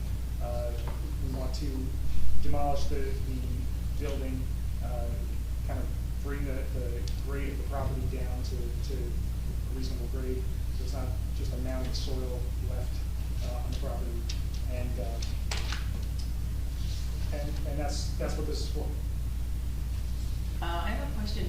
Last time we talked about it was 47,000, now you're saying 79,800. So, yeah, so this was basically the scope of work that was put out for RFP, what was it, a year ago maybe? But that was just purely managed demo, was it not? That was to do both, Oh, it was. to get the building demolished and to manage the construction or demolition of the building. So it includes the testing done up front, so that all the contractors are bidding on the same thing, and then it involves monitoring during construction. And some of that includes, because we're in a residential area, so it includes some air quality testing while they're doing the demolition, ensuring the contractor is following the correct procedures and protocols for asbestos abatement, lead-based paint removal, and things like that. I don't know if you were here last time we discussed this, but I talked to two other towns and they did not use an engineer to take down the building. They said they only hired an engineer to build the building. And they did an RFP for the environmental testing. They had Envirotech come in and remove the asbestos and lead, and then they hired Lynx, who's one of the companies, to demo the building. And,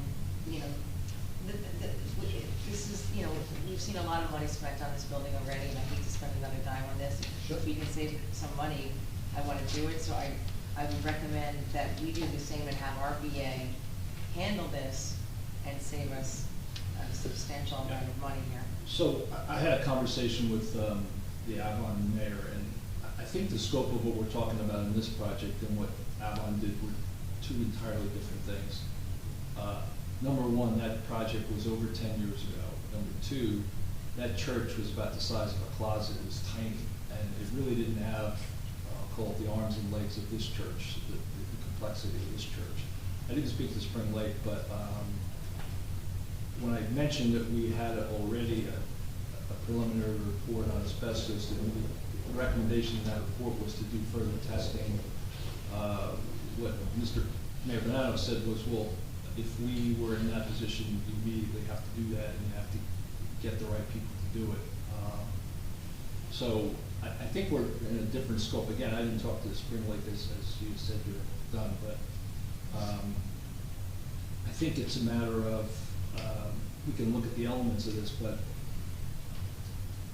do we want engineering professionals making sure we're going to the letter of the law in this in the middle of a residential neighborhood is my big concern. So I don't know, Ben, you don't have any comments on that? I mean, yeah, I agree with what you're saying. Jane, we're kind of saying the same thing. We have an environmental team that we work with that will do the testing that's necessary. Whether it's us doing it or if the administrator gets somebody to do it, that's the council's decision.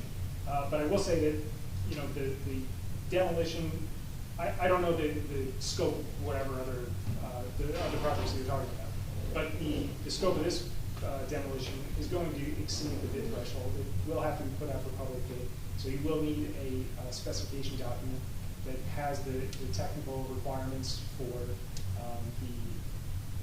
where all the regulated materials are, how they need to be disposed of, how they need to be handled. So that's all included in this. And is this construction phase services $41,000? Yeah, a lot of that, again, is environmentally related. Like I said, the air quality monitoring, making sure that we have the daily inspection reports, monitoring the contractor's activities, and typical, things that are involved with a construction project. So you'll kind of be the risk monitor while the demolition is going on throughout the entire process? Yeah. On a side note, has this been scheduled to be heard by the land use board yet? It's in process, the application's, I think, complete except for one, I forget what the one thing is, but, Meredith's talking to Christie about getting that on track. We may have a special meeting on it shortly, but the application's complete. That's for subdivision and Yeah. deed restriction. Yeah, I'll just chime in again. We're just trying to air out all our questions, so over the next few weeks, we can hopefully resolve them and vote favorably on everything. But the question I had was not dissimilar to what Council President raised, which is, you know, I've heard different things. I've talked to some companies. I haven't talked to other municipalities, but I probably haven't had enough time to explore what we can do on our own versus where we need a professional such as yourself. My basic understanding is we do need to do the environmental evaluation. Some expert, just as you were saying, you use one of your experts, has to come in and say, you know, asbestos here, you got asbestos there, you know, however they identify the magnitude of the problem and the location and the technical specifications, somebody comes in and you either deliver that entity or we do. And I imagine if we do it, it's some sort of a bid process, or maybe it's a award without a bid, but non-fair and open. You know, I don't know the details. But we get that environmental testing done.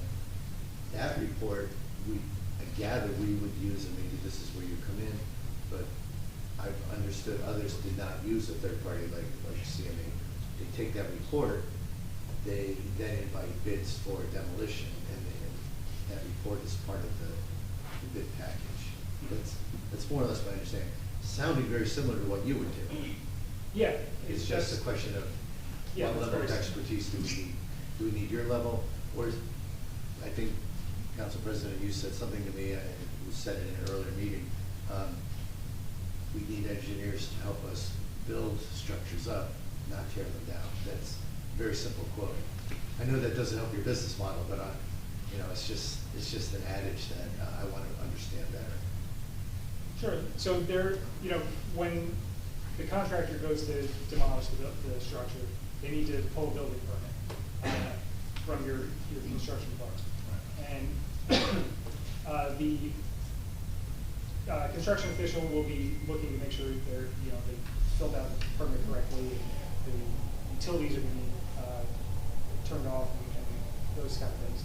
And then at the end, they'll make sure that all the paperwork is in order. But without a professional monitoring it, there's no oversight over the contractor. So if you leave it up to the contractor to provide his own experts to say that, yes, this was done in accordance with the regulations, you don't have control over it. You know, that professional is working for the contractor, not for the firm. Yeah, so if you look like at the outfall project that we did on UK Ocean Park, we had Colliers manage that project. We had a construction company doing the work, but they provided that oversight for us because the construction company wanted to do a few things we were not in agreement with. We went to Colliers and said, no, this isn't going to work. You got to do this and this and this. Colliers managed that for us. So it's not an exact analogy, but you know, that's the way I kind of think of it.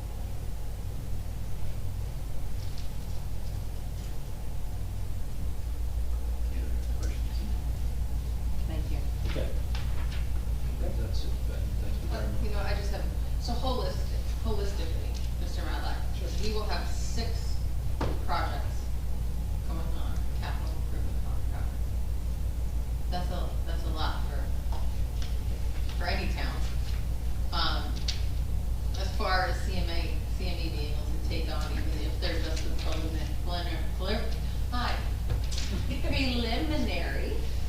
phases and that kind of, will it be you doing that? Do you farm it out to people? How does that work?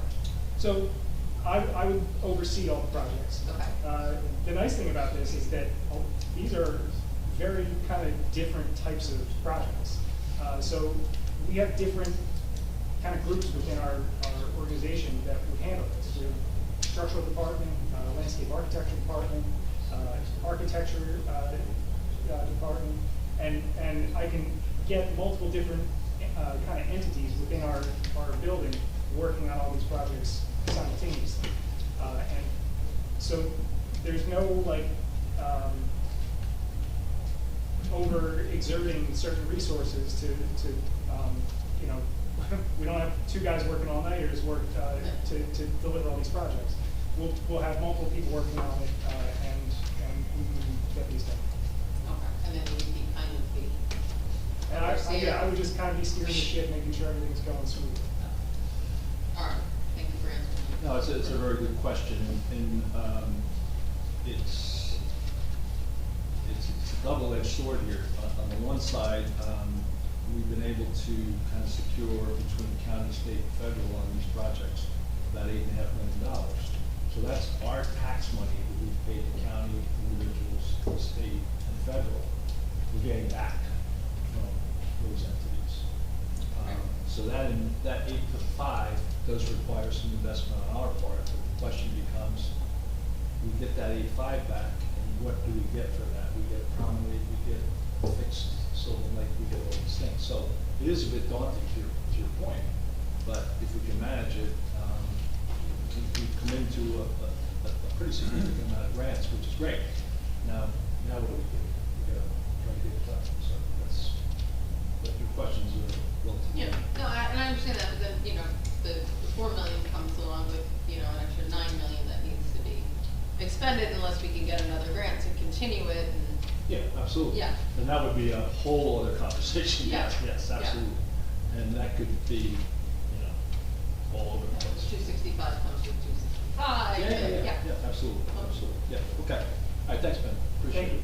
All right, so we'll work towards with the council in the next 2 weeks is to Gotta get these John. questions answered. Okay. Sorry. Mr. Weber. Get John Weber. Where is he? I'll check if he's outside.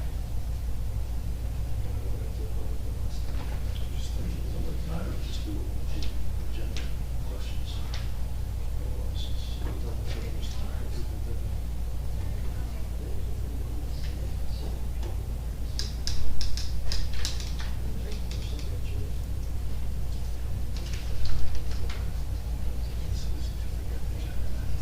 Well, we're still discussing it in a bit, so I thought, give it a second.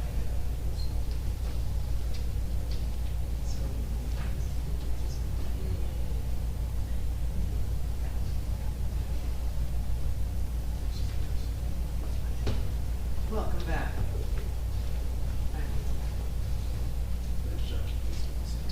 Okay, we'll move towards approval of minutes, make a motion. Yeah, we're going to let you do that during the agenda. It's going to be the next agenda item. Right? Workshop. I'm sorry. Oh, we workshopped the public building. We're having a council. Could you just please order?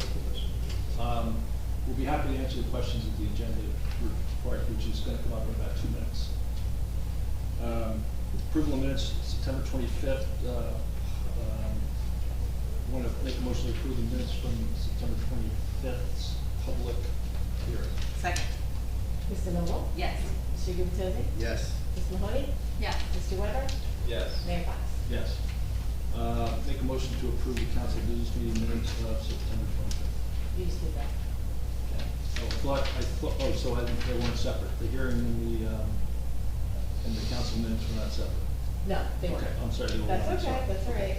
All right, public comments, questions pertaining to the agenda. Yes, Mr. Nishamkin. You didn't raise your hand, but I'm anticipating which one is it.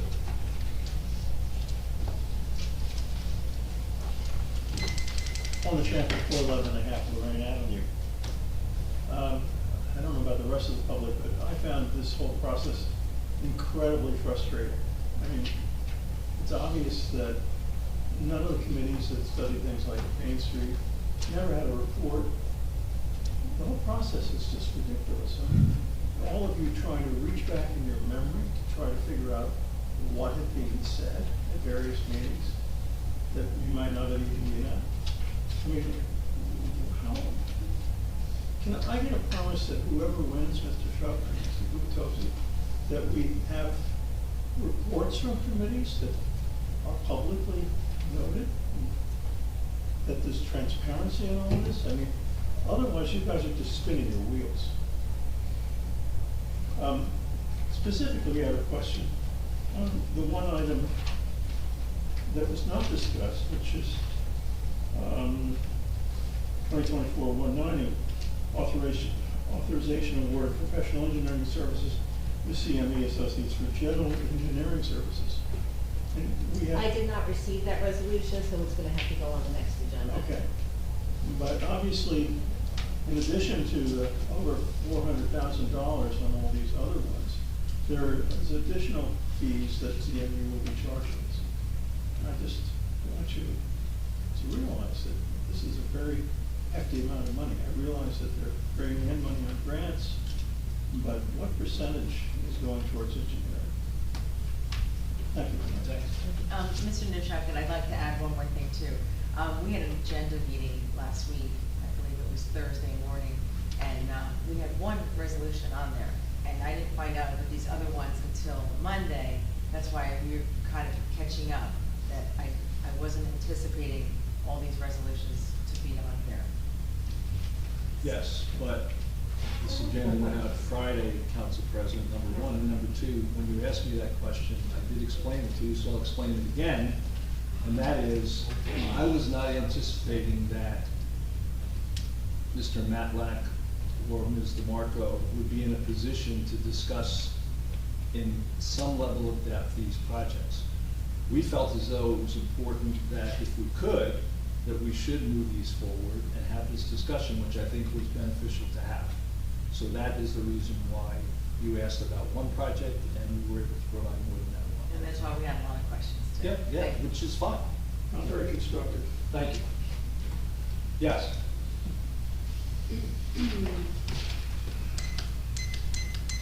Shana Greenblatt, 414 Monmouth Avenue. I tend to agree with Mr. Nishamkian, specifically with the Main Street improvements. I recall a presentation where we had a lengthy discussion about bike lanes and whether a bike lane can be on Main Street in one direction and potentially in another direction on the street parallel behind it. So to hear that that's not even a part of the report, that we don't seem to have, I'm really looking forward to seeing the details of that report. Also with regard to trees, so there was no mention of that in today's conversation. We covered that in the So that's a part of the Yeah, scope? yeah, Okay. it is. Okay, so I'm looking forward to seeing the report on that. Regarding 319 Lorraine, I'm sorry Mr. Weber's here, but I want to ask the question. I understand that there's been a very comprehensive environmental study that was done, and nothing, no? It was, I'm not sure how to describe it, I don't want to be critical, but it was not an in-depth report. And maybe you can frame how to say that. I don't want to say it, I don't want to disparage the report because it was what we asked for. Would you like a copy of it? No, he has a copy of it, thank you. Can you remind me the name of the company that did do the environmental study? So I think there were a couple of different ones. There was Brinkerhoff Environmental did a report, and then T&M, I believe, did a report after that one that I think referenced the previous report, and both were kind of partial reports. I think at the time it was kind of anticipated that the building was going to be reused and refurbished in some manner, not fully demolished. So the scope of looking at the lead-based paint and asbestos was limited to certain areas that they were anticipating to renovate. And then at the end of the report, it says recommendations, additional testing for any other areas that would be demolished. Yeah, okay, thanks. Okay, thank you. And then the other question I have, so this is with regard to the promenade extension. What is the most vulnerable portion of the area that we're talking about? I think we're talking about 3rd Avenue south to the Avon border. So what is actually environmentally the most, right now, southern state is getting hit with what we see as might be the hurricane century. And I'm now thinking about Bradley Beach. What is the most vulnerable part of our oceanfront? Well, the low point is the south part of town. Right, It's I'm Avalon talking, and- but the area that we're referring to, what is the lowest, what I'm suggesting is perhaps, and this may sound crazy, but to do phase one where the most vulnerable area is, and then work north from there. I understand your question, I don't know the answer to it. It's an interesting question we can pose. Right, because at Third Avenue, it's elevated. At Evergreen, it's on grade.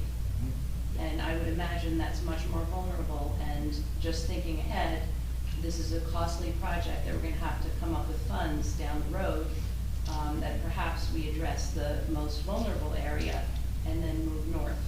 And I don't know if there's a way to do that, if it makes any sense, but it's just something to think Yeah, about. that's an interesting question. Yeah, I just think that if you built in the lowest part and there was like no wall and no bulkhead on either side, water's just gonna come around it, so there's no, to me, it makes most sense just to continue the boardwalk, go down, you know. Because Third is elevated. Third is elevated until really you start to get toward the Evergreen entrance. Yeah. It starts to slow But the down. whole problem is that the bulkhead stops after Third Avenue, and then, you know, the boardwalk, the pavers kind of go back towards So the Ocean paver, Avenue. the and- paver elevation is not a bulkhead on the ocean side? There's a fence there, and then there's a drop down to the ocean. But what I'm saying, the whole thing drops down to like, almost to the level of Ocean Avenue, and that's the problem, whereas the boardwalk, it's bulkheaded and it's up here, there's no bulkhead and it's down, so. Right, I see- mean, but that's really further south of Second, even Second Avenue, where the grill is, there's still a bulkhead there, right? It's not And the then it same. grades There's like this down. little thing, yes, there's just It's a like. little, yeah, it's not- Okay. 1 foot, 18 inches above the sun. Thank you. Just a point on, I just want to make on this bike lanes and the street, that was a report that Rutgers did, a street, Councilman Lukatosi probably knows the name better than me, he was on the committee. It was about creating a more safe, desirable street layout for our town back in 2021. Elements of that were taken for this Main Street project, but it wasn't a one-for-one kind of a deal. But there were two reports.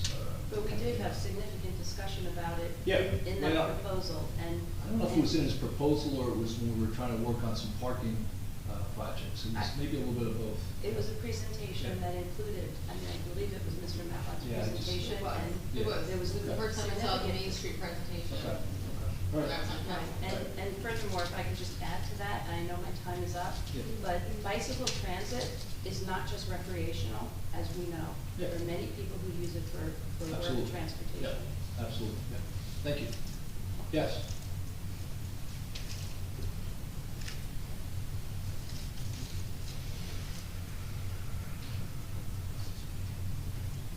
Brigitte McGuire, 610 Brittany Ave. Okay, just a couple of topics here. I'm happy this is all getting tabled tonight, all of these projects, because I'm finding that we have the same issue for every one of them. And I feel that the public knows nothing on any of them. We don't have access. I emailed Erica today asking, you know, do we get to see these proposals? Do we get to see what all this is for? And I got a response that we can't. The public cannot. Only the council can. So, as legislators representing our voice, why would you vote on something that we have no reference of at all? So I just feel like it's not even how government's supposed to run. So I would appreciate this being tabled till 2025 at this point, because I can't help but feel like there is just some favor to CME. It's just so much money to CME's pocket right now. This is so many projects, Councilwoman Mahoney, 6 projects, like you mentioned, and when I added it all up today and I posted on social media, I'm like, how do we just get started for $440,000? Not knowing. Our sewers are so beyond what we estimated already, and they're not even done yet. So now to have 6 other projects on, and believe me, I want a gorgeous Main Street, I want the bulkheads, I want Sylvan Lake to finally get fixed. I want all these things, we all want all these things, but we have to do them the right way, and we have to be able to see if things can cost us less and get the same results. I feel like we don't have any other options other than CME, and I'm sorry, Ben, I'm sorry I just keep attacking you that way and your company. It's not personal, it's about doing things the right way. And I just can't help but feel like in my world of business and my personal world, I get estimates for everything. I try to get the top 3 and choose from the top 3. And I just feel like we know nothing. Like all these resolutions came here for a vote tonight on $440,000 just for beginning phases on nothing the public knows. Nothing. And the council just got the information Monday, and whatever that back and forth was just now between the mayor and President DeNoble, I just literally don't understand how council is supposed to get all this information on 6 projects 2 days before a meeting, how we the residents don't have anything, they're supposed to vote on it. It just is not how government works, and it's just very frustrating for me, extremely. So when you have residents who come up here time and time again trying to ask questions, never getting answers, that's where the frustration starts. And it's 4 years of this, and we're done. So please table this till 2025. Thank you.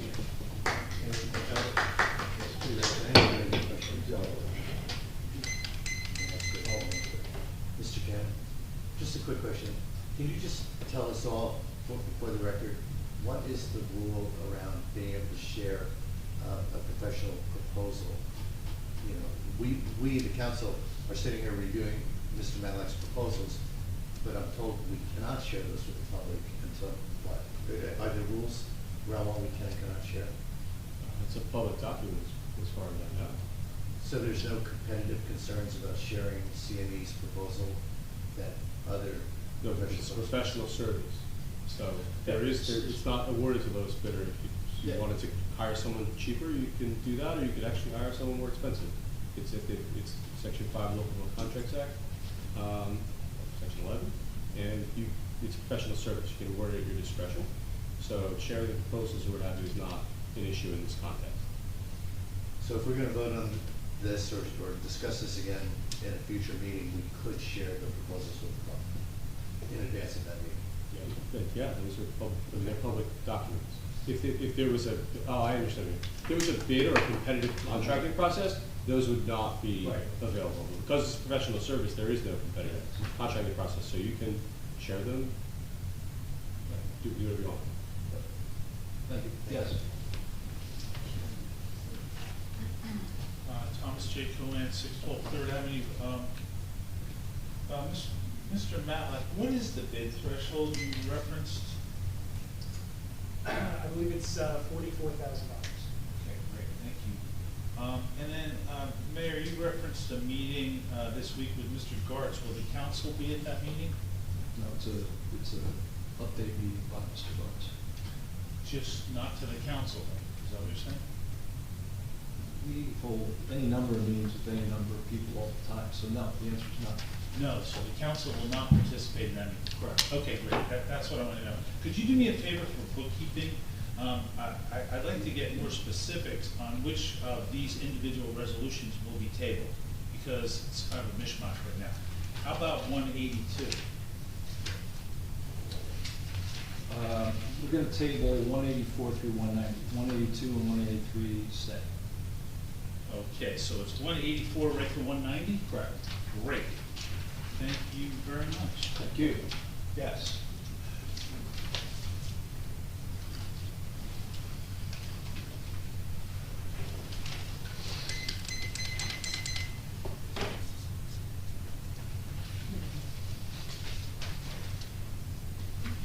Nancy Meadow, Ocean Park condominiums. I underscore Mr. Nishankin's frustration regarding this evening's work.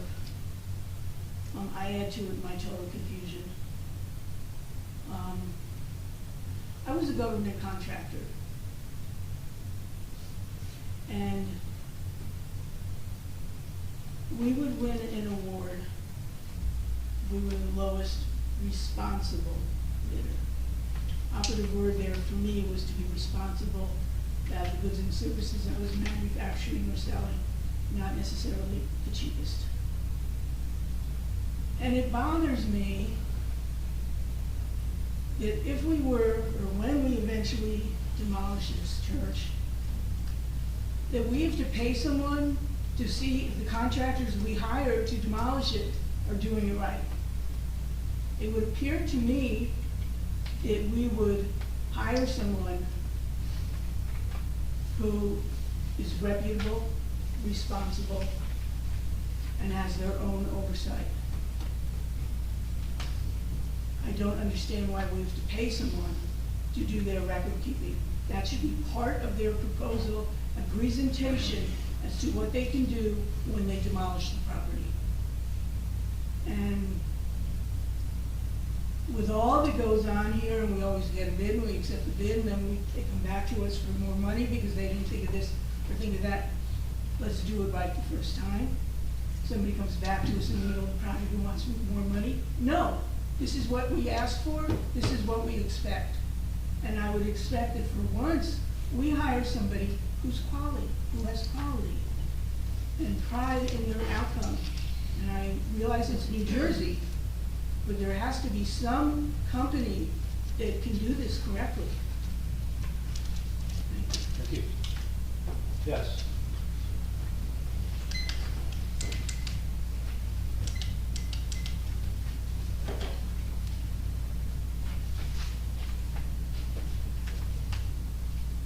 Hello, Dr. Tom McGuire, 610 Brindley Avenue.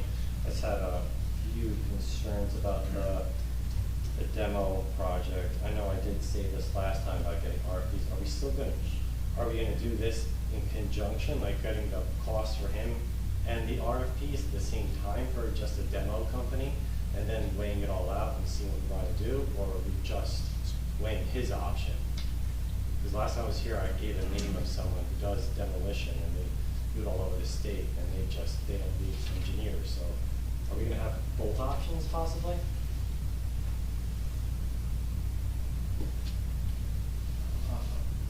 I'm not sure, I can ask your question again, I'm sorry. Sure. So last time I asked about doing RFPs just for the demo, just the demo. We got like 3 different demolition. Links is one.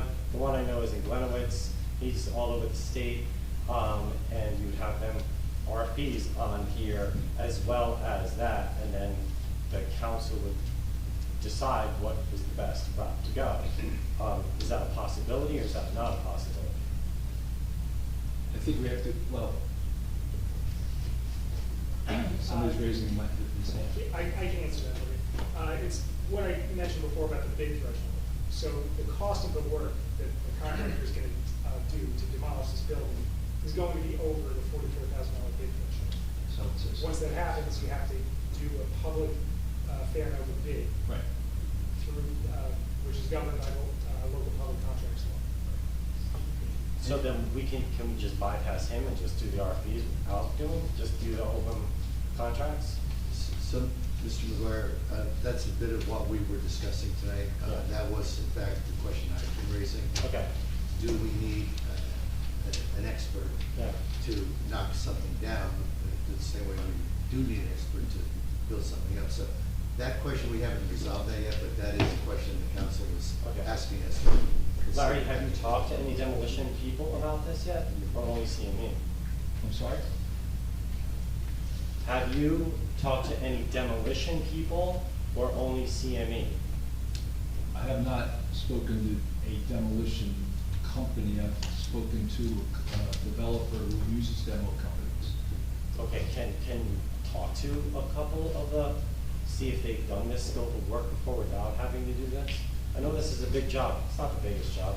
the guy that I know has done way bigger jobs in Newark, right in downtown Newark, so Right. they're very experienced doing this job, so can you talk to them? Well, also asked T&M to give me some information Okay, on. forget it, that's not what I asked. Is it, Well, no, I would I'm really trying to prefer- answer your You're not, question. though. So I would prefer if you guys take the 319 demo, which is gonna slow the project, and that's gonna be lovely for the people campaigning to say that you're gonna, what's it called, delay the process longer, but unfortunately, this is just the dumbest thing I've ever heard, to spend money to do this. And I Well, think we it's a should function hold on of- to, it's- I'm talking, don't talk. Yeah, well, I will. This is my It's a 5 minutes. function- No, it's a no, function just of shush, this- shush, please. Tell- I will tell you to Sorry, shush. Shush you. I'll tell you to shush. No, I'm sorry. telling you to shush. We're next. No, I'm not out of order, I did nothing wrong. You're trying to overtalk me. I'm not Don't- trying to overtalk you. You're doing it right No, now. I'm- Shush. I was trying to engage your question. I'm not engaging you. I stopped, so don't engage me. Just be quiet, please. Oh my God. So, what was I saying? I hope that we cannot proceed with the demolition until the new year. We have a new mayor here, because either Mr. Shook or Mr. Gubitosi can make way better decisions, because this is just ridiculous. The next thing I want to talk about is the Main Street improvements. The only thing that I've seen, I've been to almost all the meetings, were the two things about the bike lanes and the lights, and I don't think there was any agreement on anything, so, again, I do not want Mayor Fox having his hands in this at all. So if there's any way we can delay that, I know there's grants attached to this, I know things have to be decided, but I don't want his fingers in this at all, because I don't think he listens to us. I don't think he listens to our concerns. So I implore you, please, if there's any way that we can delay this longer and get extensions, I would love that. What was the other thing? Why don't we have this subdivision yet? This has been going on for so long. How long does it take to get it subdivided? Now I'm going to engage Mr. Fox. Why is the subdivisions taking so long? I stated before, it's the application's complete, it's getting scheduled. That's not my answer. Again, you don't answer my questions. Why is it taking so long? That's not my time, because he talked, you talked, so I got at least That's your a time, minute. sorry. Why is it I taking answered so the long? question, I'm sorry. Thank you. Dr. McGuire? Yeah. I would like to add that I did talk to a demo company, and he was the company that did the building for Avon, and he said he recommended doing RFP for environmental testing, RFP for environmental remediation. Separately, right? And then once the building is remediated, then they would come in and they would demo and remove the building. Okay. And then you get an RFP for them as well, Thank you. for a demo company. All right. Steps, yeah. And is there any way that we know when we're getting the thing, when is it going to land use on the next meeting? That's what I was hoping to see, but I need to get verification on that yet. Is that going to land use on the next meeting? Because I think they have one soon. It's in the process of being I scheduled. think October 7th. Don't just answer. How do you know? You're the mayor. Process is getting scheduled. How do you not know that? Because it's either going to be a special meeting or the scheduled meeting. Thank you. Anybody else? Yeah. Yes. Tracy Davidson, 3044. I just have an observation from about the Main Street. Yes, Main Street needs improvement. But I work in Seagirt, so in the summer, I travel, every Main Street, I travel down 71. And the difference between Belmar, Avon Belmar, Spring Lake, even into Seagirt, Washington Avenue, is every morning, people are cleaning the streets. They're cleaning in front of the building. They're either power washing, they have these things called brooms, and they sweep. And they have these squeegees, and they do their windows. And there is an effort, I think, to have a cleanliness about Main Street. And I'll even say that Manasquan has that as well, when I go there. So I think it's important when we talk about improving Main Street, that's a way to improve it at almost no cost. The other thing that maybe nobody notices is we have some buildings that have hoses that are coming down into plastic bottles. I mean, I'm not gonna tell you which ones they are, but I don't know why we have that. Other Main Streets don't have hoses coming from the top of their buildings to the ground floor and into Fabulosa bottle. I don't know why that is. So spending a lot of money, how about we just clean some stuff up so it looks better? And it doesn't look dirty, and it looks clean in a place that you would want to walk around and spend some time. Just an observation, okay? Thank you. Okay, we'll move to the next item, which is ordinances. We have no introductions. We have an adoption for the refunding bond ordinance 2024-9, refunding the bond ordinance of the Borough of Bradley Beach in the County of Monmouth, New Jersey, providing for the refunding of all or a portion of the borough's general improvement refunding bond series 2014, appropriating amount not exceeding $1,000,009, therefore, and authorizing the issuance of not to exceed 1,9 general improvement refunding bonds of the Borough of Bradley Beach for financing and costs thereof. So I'll make a motion to open the public adoption hearing for 2024-9. Second. Mr. Noble? Yes. Mr. Gubatose? Yes. Ms. Mahoney? Yes. Mr. Weber? Yes. Mayor Fox? Yes. The adoption meeting is open to the public. Any public comments? Okay, I will make a motion to close the adoption hearing and vote to approve 2024-9. Second. Mr. Noble? Yes. Mr. Gubatose? Yes. Ms. Mahoney? Yes. Mr. Weber? Yes. Mayor Fox? Yes. There are no communications tonight. The resolutions, if we do not have a consent agenda, we have two individual resolutions, and we're going to make a motion to table some other resolutions. Let's go first to 2024-182, approving the agreement with the MCSPCA for 2025 for animal control services within the borough. Make a motion to approve 2024-182. Discussion first. Yeah. Okay, Jane. Well, I would like to say thank you to Dan Jacobs. He saved an eagle from my backyard. He also saved a swan. Yes, a baby eagle landed in my yard. And he also saved a swan from Sylvan Lake. And also I'd like to make a mention to Sylvia Robertson. She lives on Main Street, and there's a cat colony currently on 3rd Avenue in the 700 block. This summer alone, she trapped and neutered and released about 17 adult cats. She adopted about 15 kittens out. So this year, they're adding the TNR program to the agreement, so now we can have all our stray cats or feral cats fixed. And they don't live a very long life on the streets. So they get returned to the area, and they live out their life a lot healthier and with this program. So I'm glad to see we finally have an agreement with them, because there was a lot of work, and Sylvia did a great job getting a lot of cats a home. But this will help eliminate that problem. Thank you. The comment I wanted to make was a number of months ago, I want to say, a woman joined us and spoke about her frustrations with the MCSPCA, specifically regarding the addressing trapping and whatever foxes that were there. So that was the last I really had heard of that discussion on this topic until we got our materials for the weekend. So I did approach Council President and said, well, what's going on? I was under the impression we were more inclined to work with the Humane Society, and it was Council President DeNoble who educated me a lot of what she just shared with all of you, as well as this, what's it called, the catch and trap? TNR, yeah, trap, neuter, return. Trap and return program, apparently one that the MSCSPCA, whatever, is less expensive, and they have this very strong program that the Humane Society doesn't. So in case anyone's wondering why we're about to vote to retain the MSPCA instead of the Humane Society, a lot of what Council President DeNoble just shared has influenced me. I just want to say that I'm no fan of Ross Lucitra, who's the head of the MSPCA, and I was inclined to not have them do our services because of his behavior towards employees, because I think how you treat the people you work with and who are employees is so very, very important.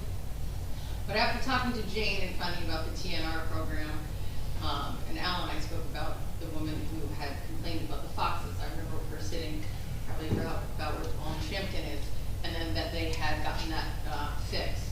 I think that they're actually doing a good job. I totally believe in trap neuter release. I think it's an excellent program, and since they are actually taking care of the foxes, that's really good. So I would never want anyone to have to work for Ross, but I am very thrilled with the programs that they're providing us. So as long as things stay good and we don't get more, we don't get complaints, then I'm willing to vote on this. Okay. Thank you. Do I have a second? Second. Mr. Noble? Yes. Mr. Gubatose? Yes. Ms. Mahoney? Yes. Mr. Weber? Yes. Mayor Fox? Yes. 2024-183, authorizing approval of purchase through the Ocean County Purchasing Co-op pricing system for Sunoco fuel. Make a motion to approve 2024-183. Second. Mr. Noble? Yes. Mr. Gubatose? Again, just for the benefit of the public, the mayor shared information with us that a lot of competitive pricing work has been done by the administration, and this is in fact the best purchase price for the borough, so I will vote yes. Ms. Mahoney? Yes. Mr. Weber? Yes. Mayor Fox? Yes. Motion 2024-184 through 190 to table till the meeting of the 23rd? 23rd. Second. Mr. Noble? Yes. Mr. Gubatose? Yes. Ms. Mahoney? Yes. Mr. Weber? Yes. Mayor Fox? Yes. Okay, we've got mayor and council reports. Why don't we start with Council President DeNoble? Got it. All right. So let's start with the Bradley Beach Shade Tree Commission. They had a meeting Wednesday on October 2nd that I attended. A few applications. 401 3rd Avenue is planting a tree. Good news. 414 4th Avenue, they're removing a tree, planting one. 506 Burlington, removing one tree. It is dead, no replacement. 314 3rd Avenue, they're removing 8 trees and planting 8 trees. And 501 through 511 Lake Terrace, remove 3 trees, but they're planting 78 trees plus bushes, loud hollies and birches. So that's good news. Tree of the month is awesome. It's almost 200 years old, black oak. It's at 307 Ocean Park. You gotta see it to believe it. They were also working on their 5-year plan. The planting, September 28th. This is probably too much information, but it rained really bad and I was soaked to my underwear. We planted, and I wasn't alone with that. I had other people vouch that the same thing happened to them, even my genie bra. 22 trees were planted. Special thanks to the commission members and residents that volunteered, and especially to our DPW, Armando and Josh. They dug the holes, they delivered, they staked the trees with the water bags. They are awesome. Shade tree count is now $11,000. Tourism, October 8th, mark your calendar. Friday, they're gonna have the Addams Family movie in the park starting at dusk. Sunday, October 27th, big day. The Bradley Boo runs from 12 to 4. That's when they trick or treat at the local businesses and they visit with them. And then the Bradley Beach Rec Department will hold trunk or treat in the municipal lot the same day from 1 to 3. Then at 3 p.m., the Halloween concert in the park will be held. So bring blankets and chairs and sit and enjoy the afternoon. And then at 5 o'clock, the annual Halloween parade, sponsored by the Bradley Beach Fire Department, will be held in Riley Park. So plan to spend the day in Bradley Beach. Also looking forward to the holiday season, the Tourism Commission has been working with both the Rec Center and the Borough of Bradley Beach Special Events to create its first indoor-outdoor Merry Market. The market will be held at the Rec Center from 10 to 2 p.m., 10 a.m. to 2 p.m. on Sunday, December 1st. There'll be over 30 vendors, refreshments, and live music. Mark your calendar. The tree lighting will be Sunday, December 1st. That'll include hot chocolate and cookies, live music, and the classic Rewind Band, horse and carriage rides, plus a visit from Santa. And last but certainly not least, Bradley Beach Elementary School. They did not have a board meeting, but I would like to mention that it is Respect Week. and the Bradley Beach Elementary School students gathered for an engaging assembly as part of New Jersey's Respect Week. It emphasizing the power of kindness and standing up for one another. Our students learned how to be upstanders, helping peers who are teased, and understanding the importance of talking to trusted adults when facing these challenges. They also encourage children to show respect for themselves, their classmates, and their community. So let's continue to foster a supportive and caring environment for all. And that completes my report. Thank you. Thank you. Councilman Gutierrez. Thank you. I'm the liaison for the police department, and I will present the police report prepared by Captain Terry Browning. Last week, Detective Lieutenant Terry Browning was sworn in by Mayor Fox as our new police captain, witnessed largely by fellow officers, family, friends, and members of the council. This was an informal ceremony, and once uniform upgrades are complete, there will be a more formal ceremony open to the public. But I just wanted to take this opportunity to congratulate Captain Browning on his very much deserved promotion. And now, thanks to Captain Browning, just want to keep saying that so I refer to him correctly going forward, the police report follows. The local man was arrested for simple assault and harassment following a dispute. A Matawan man was arrested for disorderly conduct and littering after he showed up at a local establishment already severely intoxicated and created a disturbance. We also arrested one individual on a contempt of court warrant. A member of our K-9 unit provided safety and security sweeps at the Belmar 5K race this past Saturday. Lastly, the police department would like to remind residents that, as we do every year, the portable stop signs that are seen on Madison Avenue on all the east-west streets have been removed for the winter season.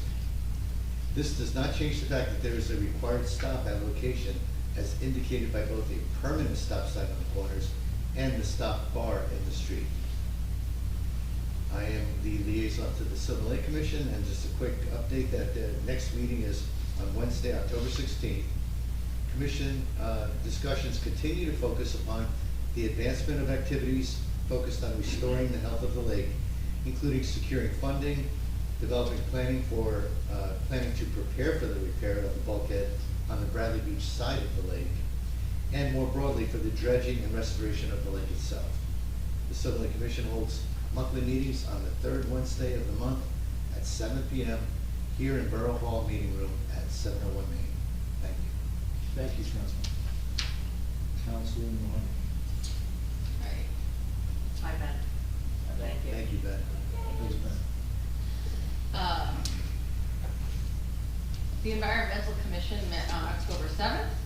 We will be participating in a beach sweep on Saturday, October 19th, and you are all welcome to join us beginning at 9 a.m.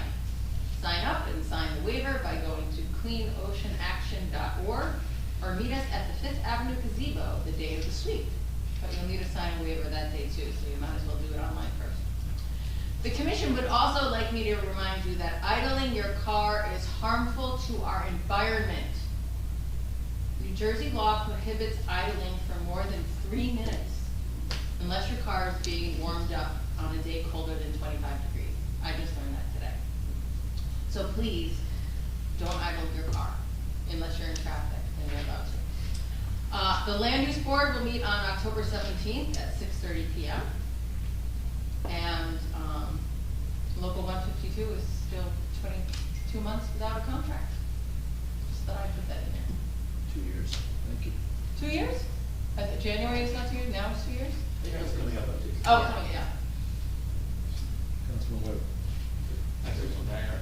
So starting with the first aid squad, for the period ending today, the squad responded to 10 day calls and 5 night calls. Absence total of 15 calls. I love that they do the math for me on that. Fantastic. 10 were for medical, 2 were for fire. There was one water rescue request. Squad would like to thank the lifeguards for their quick action on October 5th in rescuing 4 juveniles and 1 adult from the rip current on the Newark Ave beach. Their quick action resulted in the squad only transporting the adult swimmer to Jersey Shore. The squad provided medical overwatch for the traumatic brain injury walk, as well as medical overwatch for the fire department First Lieutenant John Zach for obtaining his National EMT certification for pre-hospital trauma life support. The squad requested no mutual assistance for this period, and they fulfilled 100% of their assignments for this period. And they are looking for volunteers, free training for qualified individuals. Applications are on the borough's website, and they have a cadet program for people ages 16 to 18 who are interested in serving their community. And now for the fire department's report. For the month ending September 30th, they responded to 11 day calls and 3 night calls, for a total of 14 calls. 1 was for fire, 10 were for fire alarm activations, 3 were carbon monoxide alarm activations. The department conducted 1 training for the hose line stretching and flowing water to fires.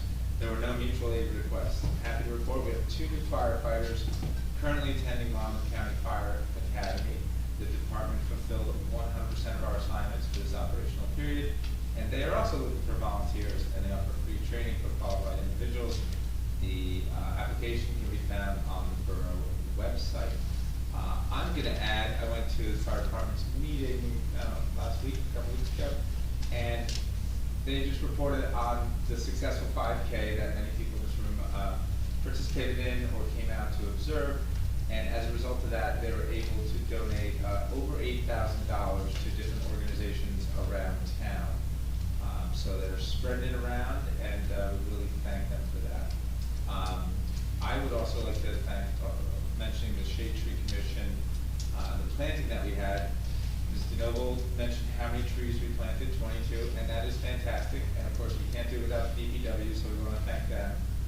But given the number of people that come to the Shade Tree Commission and ask permission to cut down a tree, we're kind of breaking even, with the number of trees that we get planted every year and the number of trees that people come and ask to get cut down. So I cannot imagine what this town would be like if we weren't out there planting 20-something trees every spring and fall. Because we're kind of breaking even. Something else kind of unrelated. A long time ago, this town passed an ordinance that says trash must be in cans with lids. You can't put out your trash in a loose bag, and there's really good reasons for this. Squirrels get into the bags, or seagulls get into the bags, and then there's trash strewn all over the street. I'm personally just seeing a lot of loose bags out there, so I just want to remind people that our ordinance says it's got to be in a can, and the can's got to have a lid. So that doesn't mean like you put out 1 can and there's 5 bags all around the can because you can't fit it. Essentially, you need to get another can, and this is not just because we like rules, it's because we want to keep the town clean. So just remember that, and that is the extent of my report. Thank you, Councilman. Okay, I've got a few things. First, I just want to let people know that the Bradley Beach Office of Emergency Management last Friday was able to acquire a 7,500-watt portable generator for use during borough operations. The generator is on permanent loan from Monmouth County Sheriff's Department, from Monmouth County Office of, which is a subset of the Monmouth County Office of Emergency Management. This generator will be invaluable for outdoor weather events. It has the capacity to power the municipal building in the event of a generator failure. This acquisition ensures that the borough can maintain critical services without relying on JCP&L for immediate assistance during emergencies. It's a great step towards enhancing our preparedness, and getting a loan like that is great because it doesn't cost us anything. We are holding the final Mayor's Wellness Walk this Sunday at 9 a.m. This is one of our interesting ones in that it's bring your dog. So it's walk time for you and your dog. Your dog needs to be on a leash, but come to Brindley Avenue, and we'll be supplying separate water dishes and dog biscuits for the dogs. Dr. Kathleen Heaney, President of the Heaney Veterinarian Consulting and retired Director of Merck Animal Health, will be leading this talk. It's her part 2. She did one last year, and she did a great job and was extremely informative. So I'd encourage people, it's supposed to be a beautiful day. If you'd like to come down and with your dog, feel free. I'm going to just try to hit the highlights on the library, the recreation in that. There's just a tremendous amount going on in both, and I encourage you to look at the website. But Wednesday, October 16th, there's Publishing Pathways. It's a workshop for aspiring authors. Friday the 18th, Friday, October 18th, a costume ball. Children will be able to sing, play, dance, musical games. If you want to wear a costume, that's great. It's ages 2 to 6, registration required. Wednesday, October 23rd, family bingo. There'll be toys, office supplies, and more. There's, again, registration required. Thursday, October 24th, Read for the Record. This is a Read for the Record. It's really interesting. It's participating in Read for the Record by reading the same story that many around the world would be reading at the same time. We're trying to set a record for the most people who read the same book at the same day. I don't know if it gets in the Guinness Book of World Records, but it's an interesting idea. Thursday, October 24th, Bradley Beach Visual Arts Community presents a Harvest of Colors art exhibition. And again, there's a number of other activities. Just check the website. Lots of great activity by the library. You always do a great job. Recreation yesterday morning. I don't know if Chief Arnold was there yesterday morning. I don't think you made this one yesterday morning this year. Just like? Yeah. This morning. Yesterday? This morning. Oh, it was this morning. Okay, I'm sorry. So you were. You made it. No, I wasn't. Okay, good. I didn't make it either. I made it last year, but it was a great event. Rec Department, Bradley Beach Elementary School team up their annual walk and roll to school. So a great group of kids, family and teachers meet at Bradley Park, and with the assistance of police, they walk safely to school on time.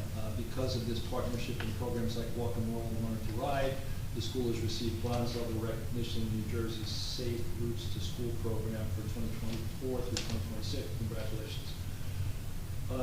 Big week of the lineup at the recreation, matinee Monday, first and third Monday, and again, this is all on the website, movies at the rec center. Chair yoga on Monday starting 10:21 from 10:30 to 11:30. Table tennis, we've got a donated table tennis ping pong table, so from 9 to 3 on Tuesdays for 8 weeks there is a table tennis competition. Homework helpers every Wednesday 3:30 to 4:30. Open rec, which entails any number of activities every Thursday, Friday from 3 to 7 for all the kids. Open play Mahjong is every Friday from 1 to 3. And then I think Council President DeNoble mentioned this, but 10/27 is a trunk or treat, which is the third year, which has been a highly successful event. And I'm gonna just stop my comments there. Because I got a few more, but I'm just gonna talk too much already.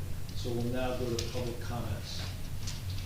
And I don't know if there are public comments. I actually had something just come up that I have to go attend to at home. So, Council President, do you handle public comments, please?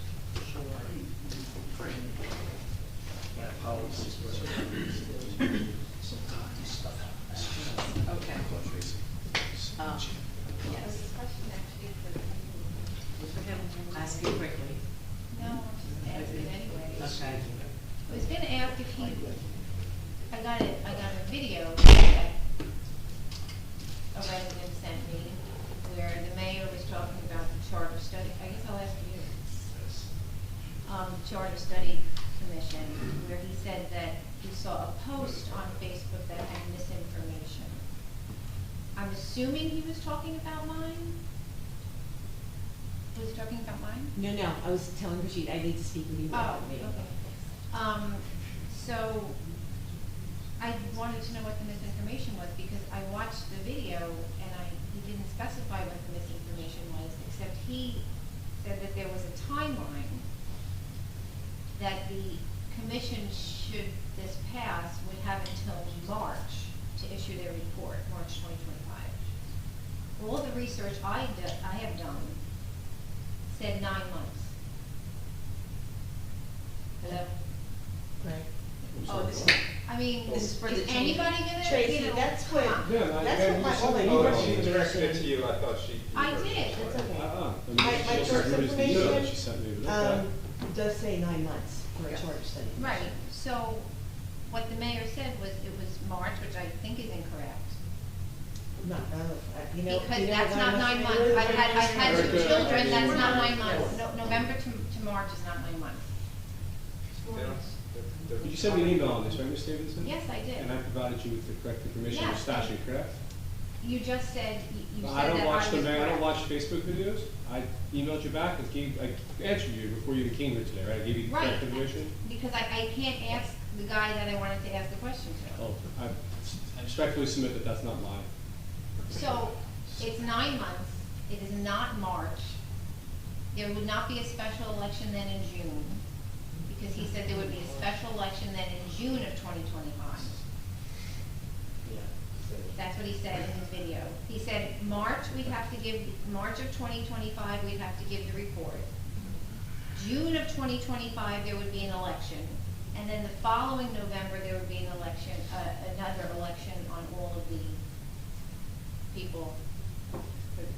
I don't know what was said in your post or what social media posts or whatever it is that you're referencing, but as I wrote to you in your email, the commission's elected, they have to reorganize, they have 9 months until August of 2025 to complete their recommendation. If they recommend that the form of government should change, there's a referendum again in November as to whether that's going to happen or not, and depending on whether the vote is yes or no, it will be reset in 2026. Okay, So so that- he was incorrect and I can. Like I said, appeal. I haven't seen the video, I don't. Well, I'm it's your- telling you what was said. I just said, trying to disseminate the correct information. Greg, I did see the video. Why? You are Okay. correct. You are correct, the mayor was incorrect. Yeah, okay, because I read very carefully that petition. I follow all the rules. I know people don't do that, but I do. And I don't like it when somebody says that I'm giving misinformation out. And then does not say what the misinformation is. I don't know, that's weird. But whatever. You should say what the misinformation is. Do you two agree?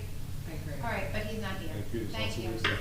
So just for clarity, if I can ask Greg a question and not take up people's time, does that, if people vote yes and they do seat a 5-person charter study commission, do they actually take their seats on January 1st, or does it start like the day after election day?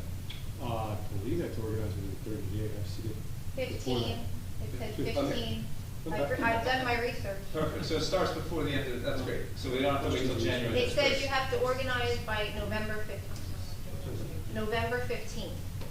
You have, 15 days after the November election, you have to set your agendas. As a practical matter, what happens is you have the first meeting, which you have the secretary, you have the attorney, you have nothing.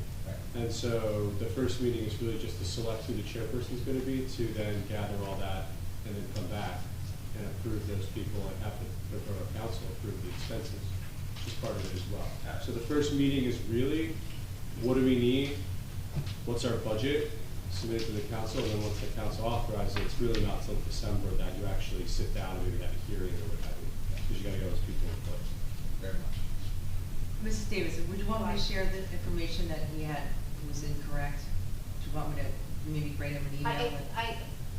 I know what he said. I mean, Right. he said it in a video. Okay, I'm gonna share that in an email to him to let him know that he's.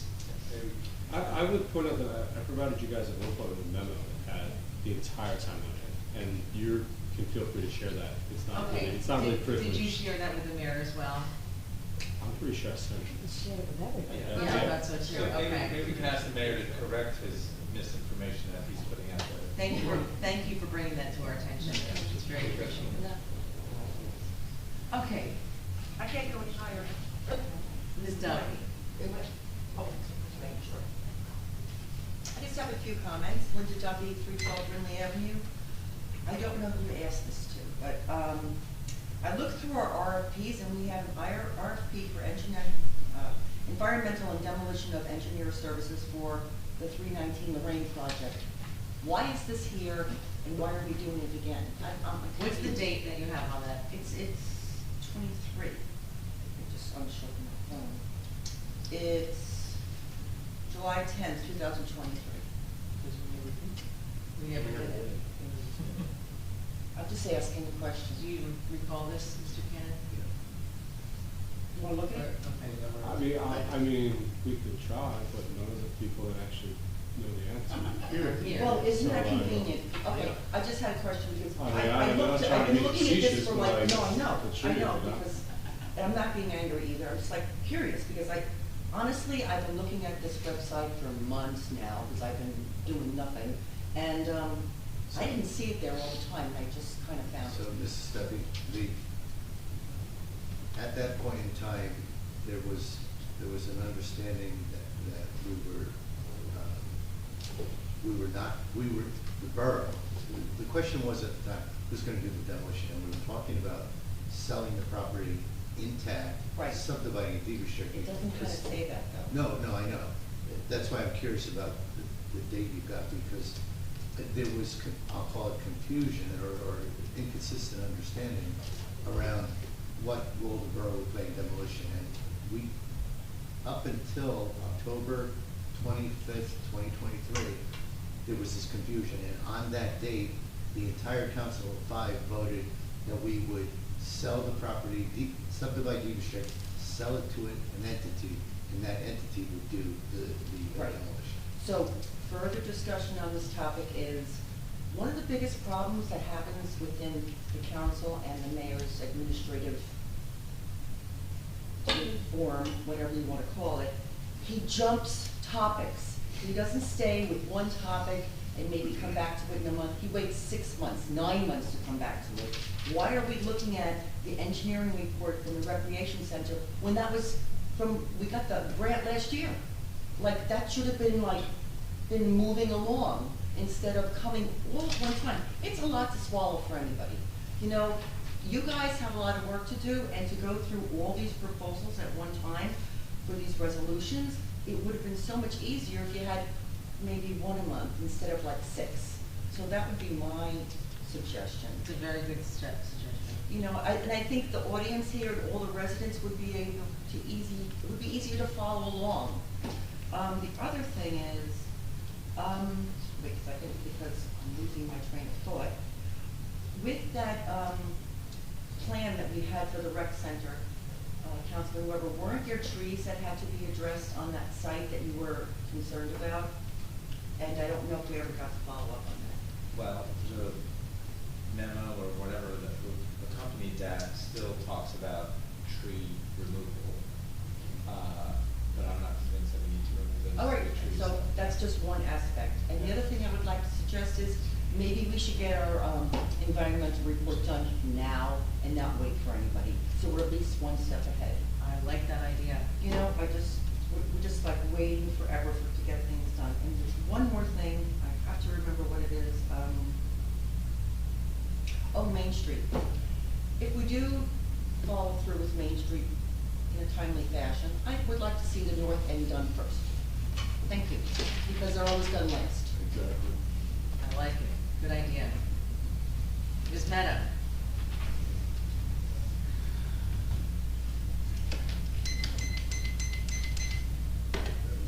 We don't need a timer.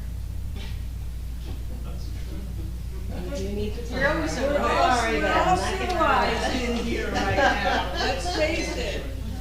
So, Ms. Meadow, Ocean Park condominiums. Thank you. You're welcome. I had the most divine experience getting my tree. From meeting with 2 people on the commission, well, and the liaison, and then there in the pouring rain, well, let's go back. Public Works digging the hole exactly where I wanted it, and then the pouring torrential rain. There's our own Councilman, Mr. Weber, planting my tree, which I have been watering religiously, and I'm getting. So, had I known this was such a seamless procedure, I would have done it a really long time ago. I have a lot of property. I just am now envisioning trees, and I'm gonna save the containers that I got from Ms. Duffy to water them with. So, like Shade Tree Commission, count me in on trees. So thank you. I wish other parts of this community could work that way. And then it was staked in the pouring rain by DPW. I mean, just great. And yet, they don't have a contract. It's hard for me to look them in the face, quite honestly, because I don't know what to say. On the other side of things, the website, and interesting that the mayor and Mr. Shook has left, so it's kind of the only one to hear me really would be Mr. Gutozzi. Ocean Park Avenue was torn up and detoured yesterday. It would have been nice had there been an announcement on the website. That was actually a resident. Well, I happened to be there and. Me too, I couldn't. Yeah, and I think they were just redoing their own pipe and it had to go out further than they expected and they had to dig up, it was an emergency kind of situation. Whatever, I'm just saying, those are the kinds of things that I personally would like to see on the website. Announcements, Yeah. not a personal announcement from the mayor, but something that would help others in town. Yes. I've said this before, the tax bills. I really truly believe we would eliminate some problems if when you mail them out, which has got to be any day now, you include in it, in multi-language, the procedures for snow removal in your cars. That tax bill goes to every single property owner. If you don't live here and you rent it out, it's your job as a landlord to then forward that information. There is not one property owner that would not get the information. Because here's the thing, how does DPW do their job when the cars aren't moved? It's kind of like the street sweeping bit. If cars are not ticketed, DPW can't do their job. So what department could help DPW do their job? I wonder. But again, I really think that that could be helpful, and if not, it at least gives you something to stand behind when you were given the information. We're back to the whole separation of church and state. And it really bothers me that you, Mr. DeNoble, mentioned in your report all these activities and the holiday activity. And there we were, I guess it was last week, where the temple had a event or gathering to celebrate the new year where everyone was cordially invited. I don't know what went down with that. Did they have to have a permit? Did they apply for a permit? Did we waive a permit? Did they not need a permit? Costs that were accrued, did they pay for that? I don't see where we as a community pay for their costs when they're doing something that the whole community is invited to. And I find this really unfair. Because again, where do you draw the line? With what religion, with what group? I don't want to judge. And these are things that I think the new administration, no matter who it would be, and I'm sorry that a possibility Mr. Shook walked out, but somebody's gonna need to deal with all of this. Because it's bigger than Bradley Beach. It is really denying separation of church and state and favorism, which we know this administration favors businesses for. I will get off of that. I'm still waiting for a P&L in the rec department, because I cannot imagine the money that's spent wasted there. Idling. We had our own resolution that we couldn't idle our own vehicles for more than 3 minutes, or whatever you said. But then we said that resolutions expire after 1 year. So I would say, can we turn that into an ordinance, just our own municipal vehicles should not idle? I brought this up before. And I would think regarding stop signs, and being reminded that we need to stop at them, I would think that would also apply to a full stop, and that would apply to law enforcement. But silly me thinks that laws apply to everyone. Thank you. Thank you. Can I ask Chief Arnold something? Not about the stop signs. If something's in the Jersey law, then do we need an ordinance in town? Or maybe, right, so it's just like, stopping at a stop sign is the state law, and so the idling is the state law, and so you don't need to, I guess the resolution was done to kind of prone it home. To remind people. Yeah. So we need to still remind people. Obviously. Takes us a while. Well, I think the Environmental Commission has an idea, not this idea, has an idea that maybe see about getting signs and putting them up in certain places about no idling to remind people. We're the sign city. I may have to Hello, just state your name and address, please. Edward Fisher, 614 Lorraine Avenue. Talking about the idling of cars, I live on the 600 block, actually 614 on Main and by Lorraine. The street light there, I don't know how long it is, but very long. So we get cars backed up, idling. I think the 3-minute light, I never actually timed it, but it's the longest light in the town. Yes. It is. Isn't it? Oh my God, it's like. Say the residents of Lorraine. I had a friend that almost fell asleep on it, he told me. But anyway, it's a problem, because we get 4 or 5 cars, maybe 3, that reach our house. And at that point, the cars are idle in adequate time. And also, I think they need a loading zone on Main Street right there by the Butter Biscuit. There's quite a few stores there. I know on the 600 block on Main Street, there's a loading zone for the liquor store. There's none on 600 block, which is, I think, necessary, because we got a lot of deliveries from, the restaurants, and they all mostly go on the side street on Lorraine. So we have those trucks there. And so I think a loading zone across from the police station would be perfect. 15-minute loading zone, and timing of that light. We got to look into that. I have a quick question for you. What time do you notice the deliveries coming in? It's actually all day. It is all day? Yeah, it is all day. Because we did add a loading zone on 2nd Avenue, and it's from, I think, 6 a.m. to 2 p.m. And that seemed to help a lot. And also, talking about 2nd Avenue, I noticed the streets, parking spots are marked out. Yes. And I think that's a great idea for the whole town. I agree with you, especially the 600 blocks. Limited parking, especially, from the restaurants, and people that come don't know how to park, and they take up 2 spots. And I think those parking marked out spots would really help. I think you have a brilliant idea. Yeah. And I agree with you. How did they get them on 2nd Street? Did somebody have to request them? Mayor Larry Fox actually did that. Does he live on 2nd? No, he lives on Monmouth, but I live on 3rd, so that's why I know about these marked spots. But I think especially in the 600 blocks, it's very helpful to have marked out spots. Of course, all the restaurants and bakeries and pizza places. And people's driveways get blocked. Ever since we had those lines put in, they don't get blocked anymore. So I know, it helps a lot. yeah, so Well, hopefully maybe that's something we could do in 2025. Cool, thank you. With our new mayor. Thank you. Thank you. Mr. Cohen. Thomas J. Cohen, 612 3rd Avenue. I prepared all these questions for the administration, and for Erica is the only one here from the administration, and I can do my best, but I can't promise you anything. okay, so my first question is, it was alluded to by Ms. Meadow. When will the tax bills be out, or are you just gonna hold them till after the election? Oh, gosh, no. Okay, No, great. No, those should be out shortly. Okay. I don't even think we've received them from the county yet, to be honest with you.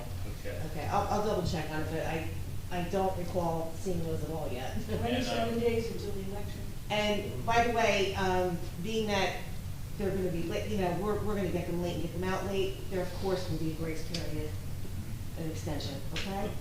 Great, thank you. And then I was wondering when we will receive the 2023 audit, which was due July 1st. I was wondering if that's going to be held till after the election. Sorry, my sense of humor. I don't know anything about that. Okay, could you make a note for the mayor? Maybe he could answer my question.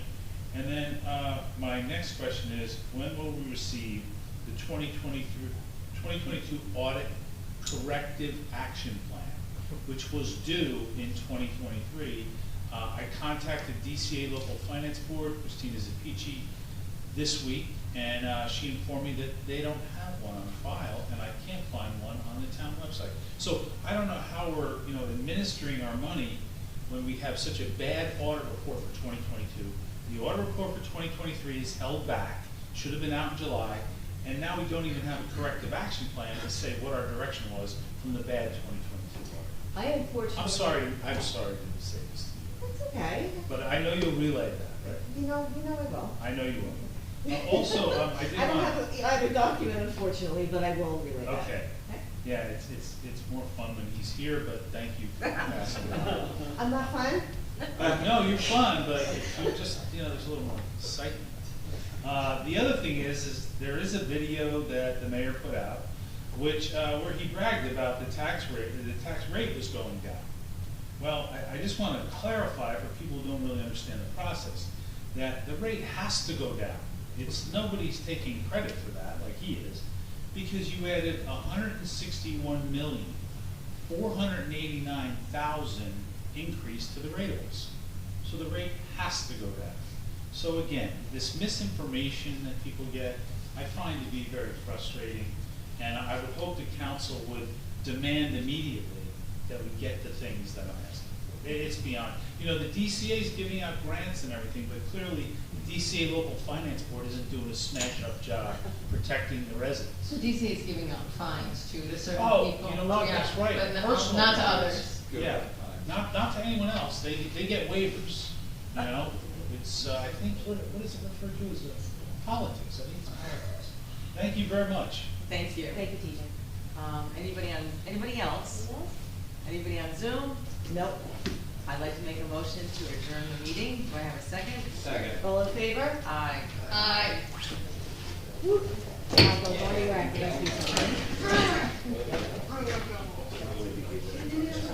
I didn't even get it. I didn't even get it yesterday. Oh, I didn't. What? Oh, did you get Shoot, you're right. Yeah, that's right. Oh, yeah. I don't know. Just, I don't really have it. You should have. Oh, now you're bad. I get up there. Yeah. When I get up there, and there's no other bar above. No. I forgot all about that. It was a good night. Because I know someone's got to get it. I just go through it, I don't wait. I'm the first, I just go through it. TJ, give me your right. I don't know, probably. Okay, tell them what you're Look lucky to me. They're hot. They've been really hot since y'all started rating.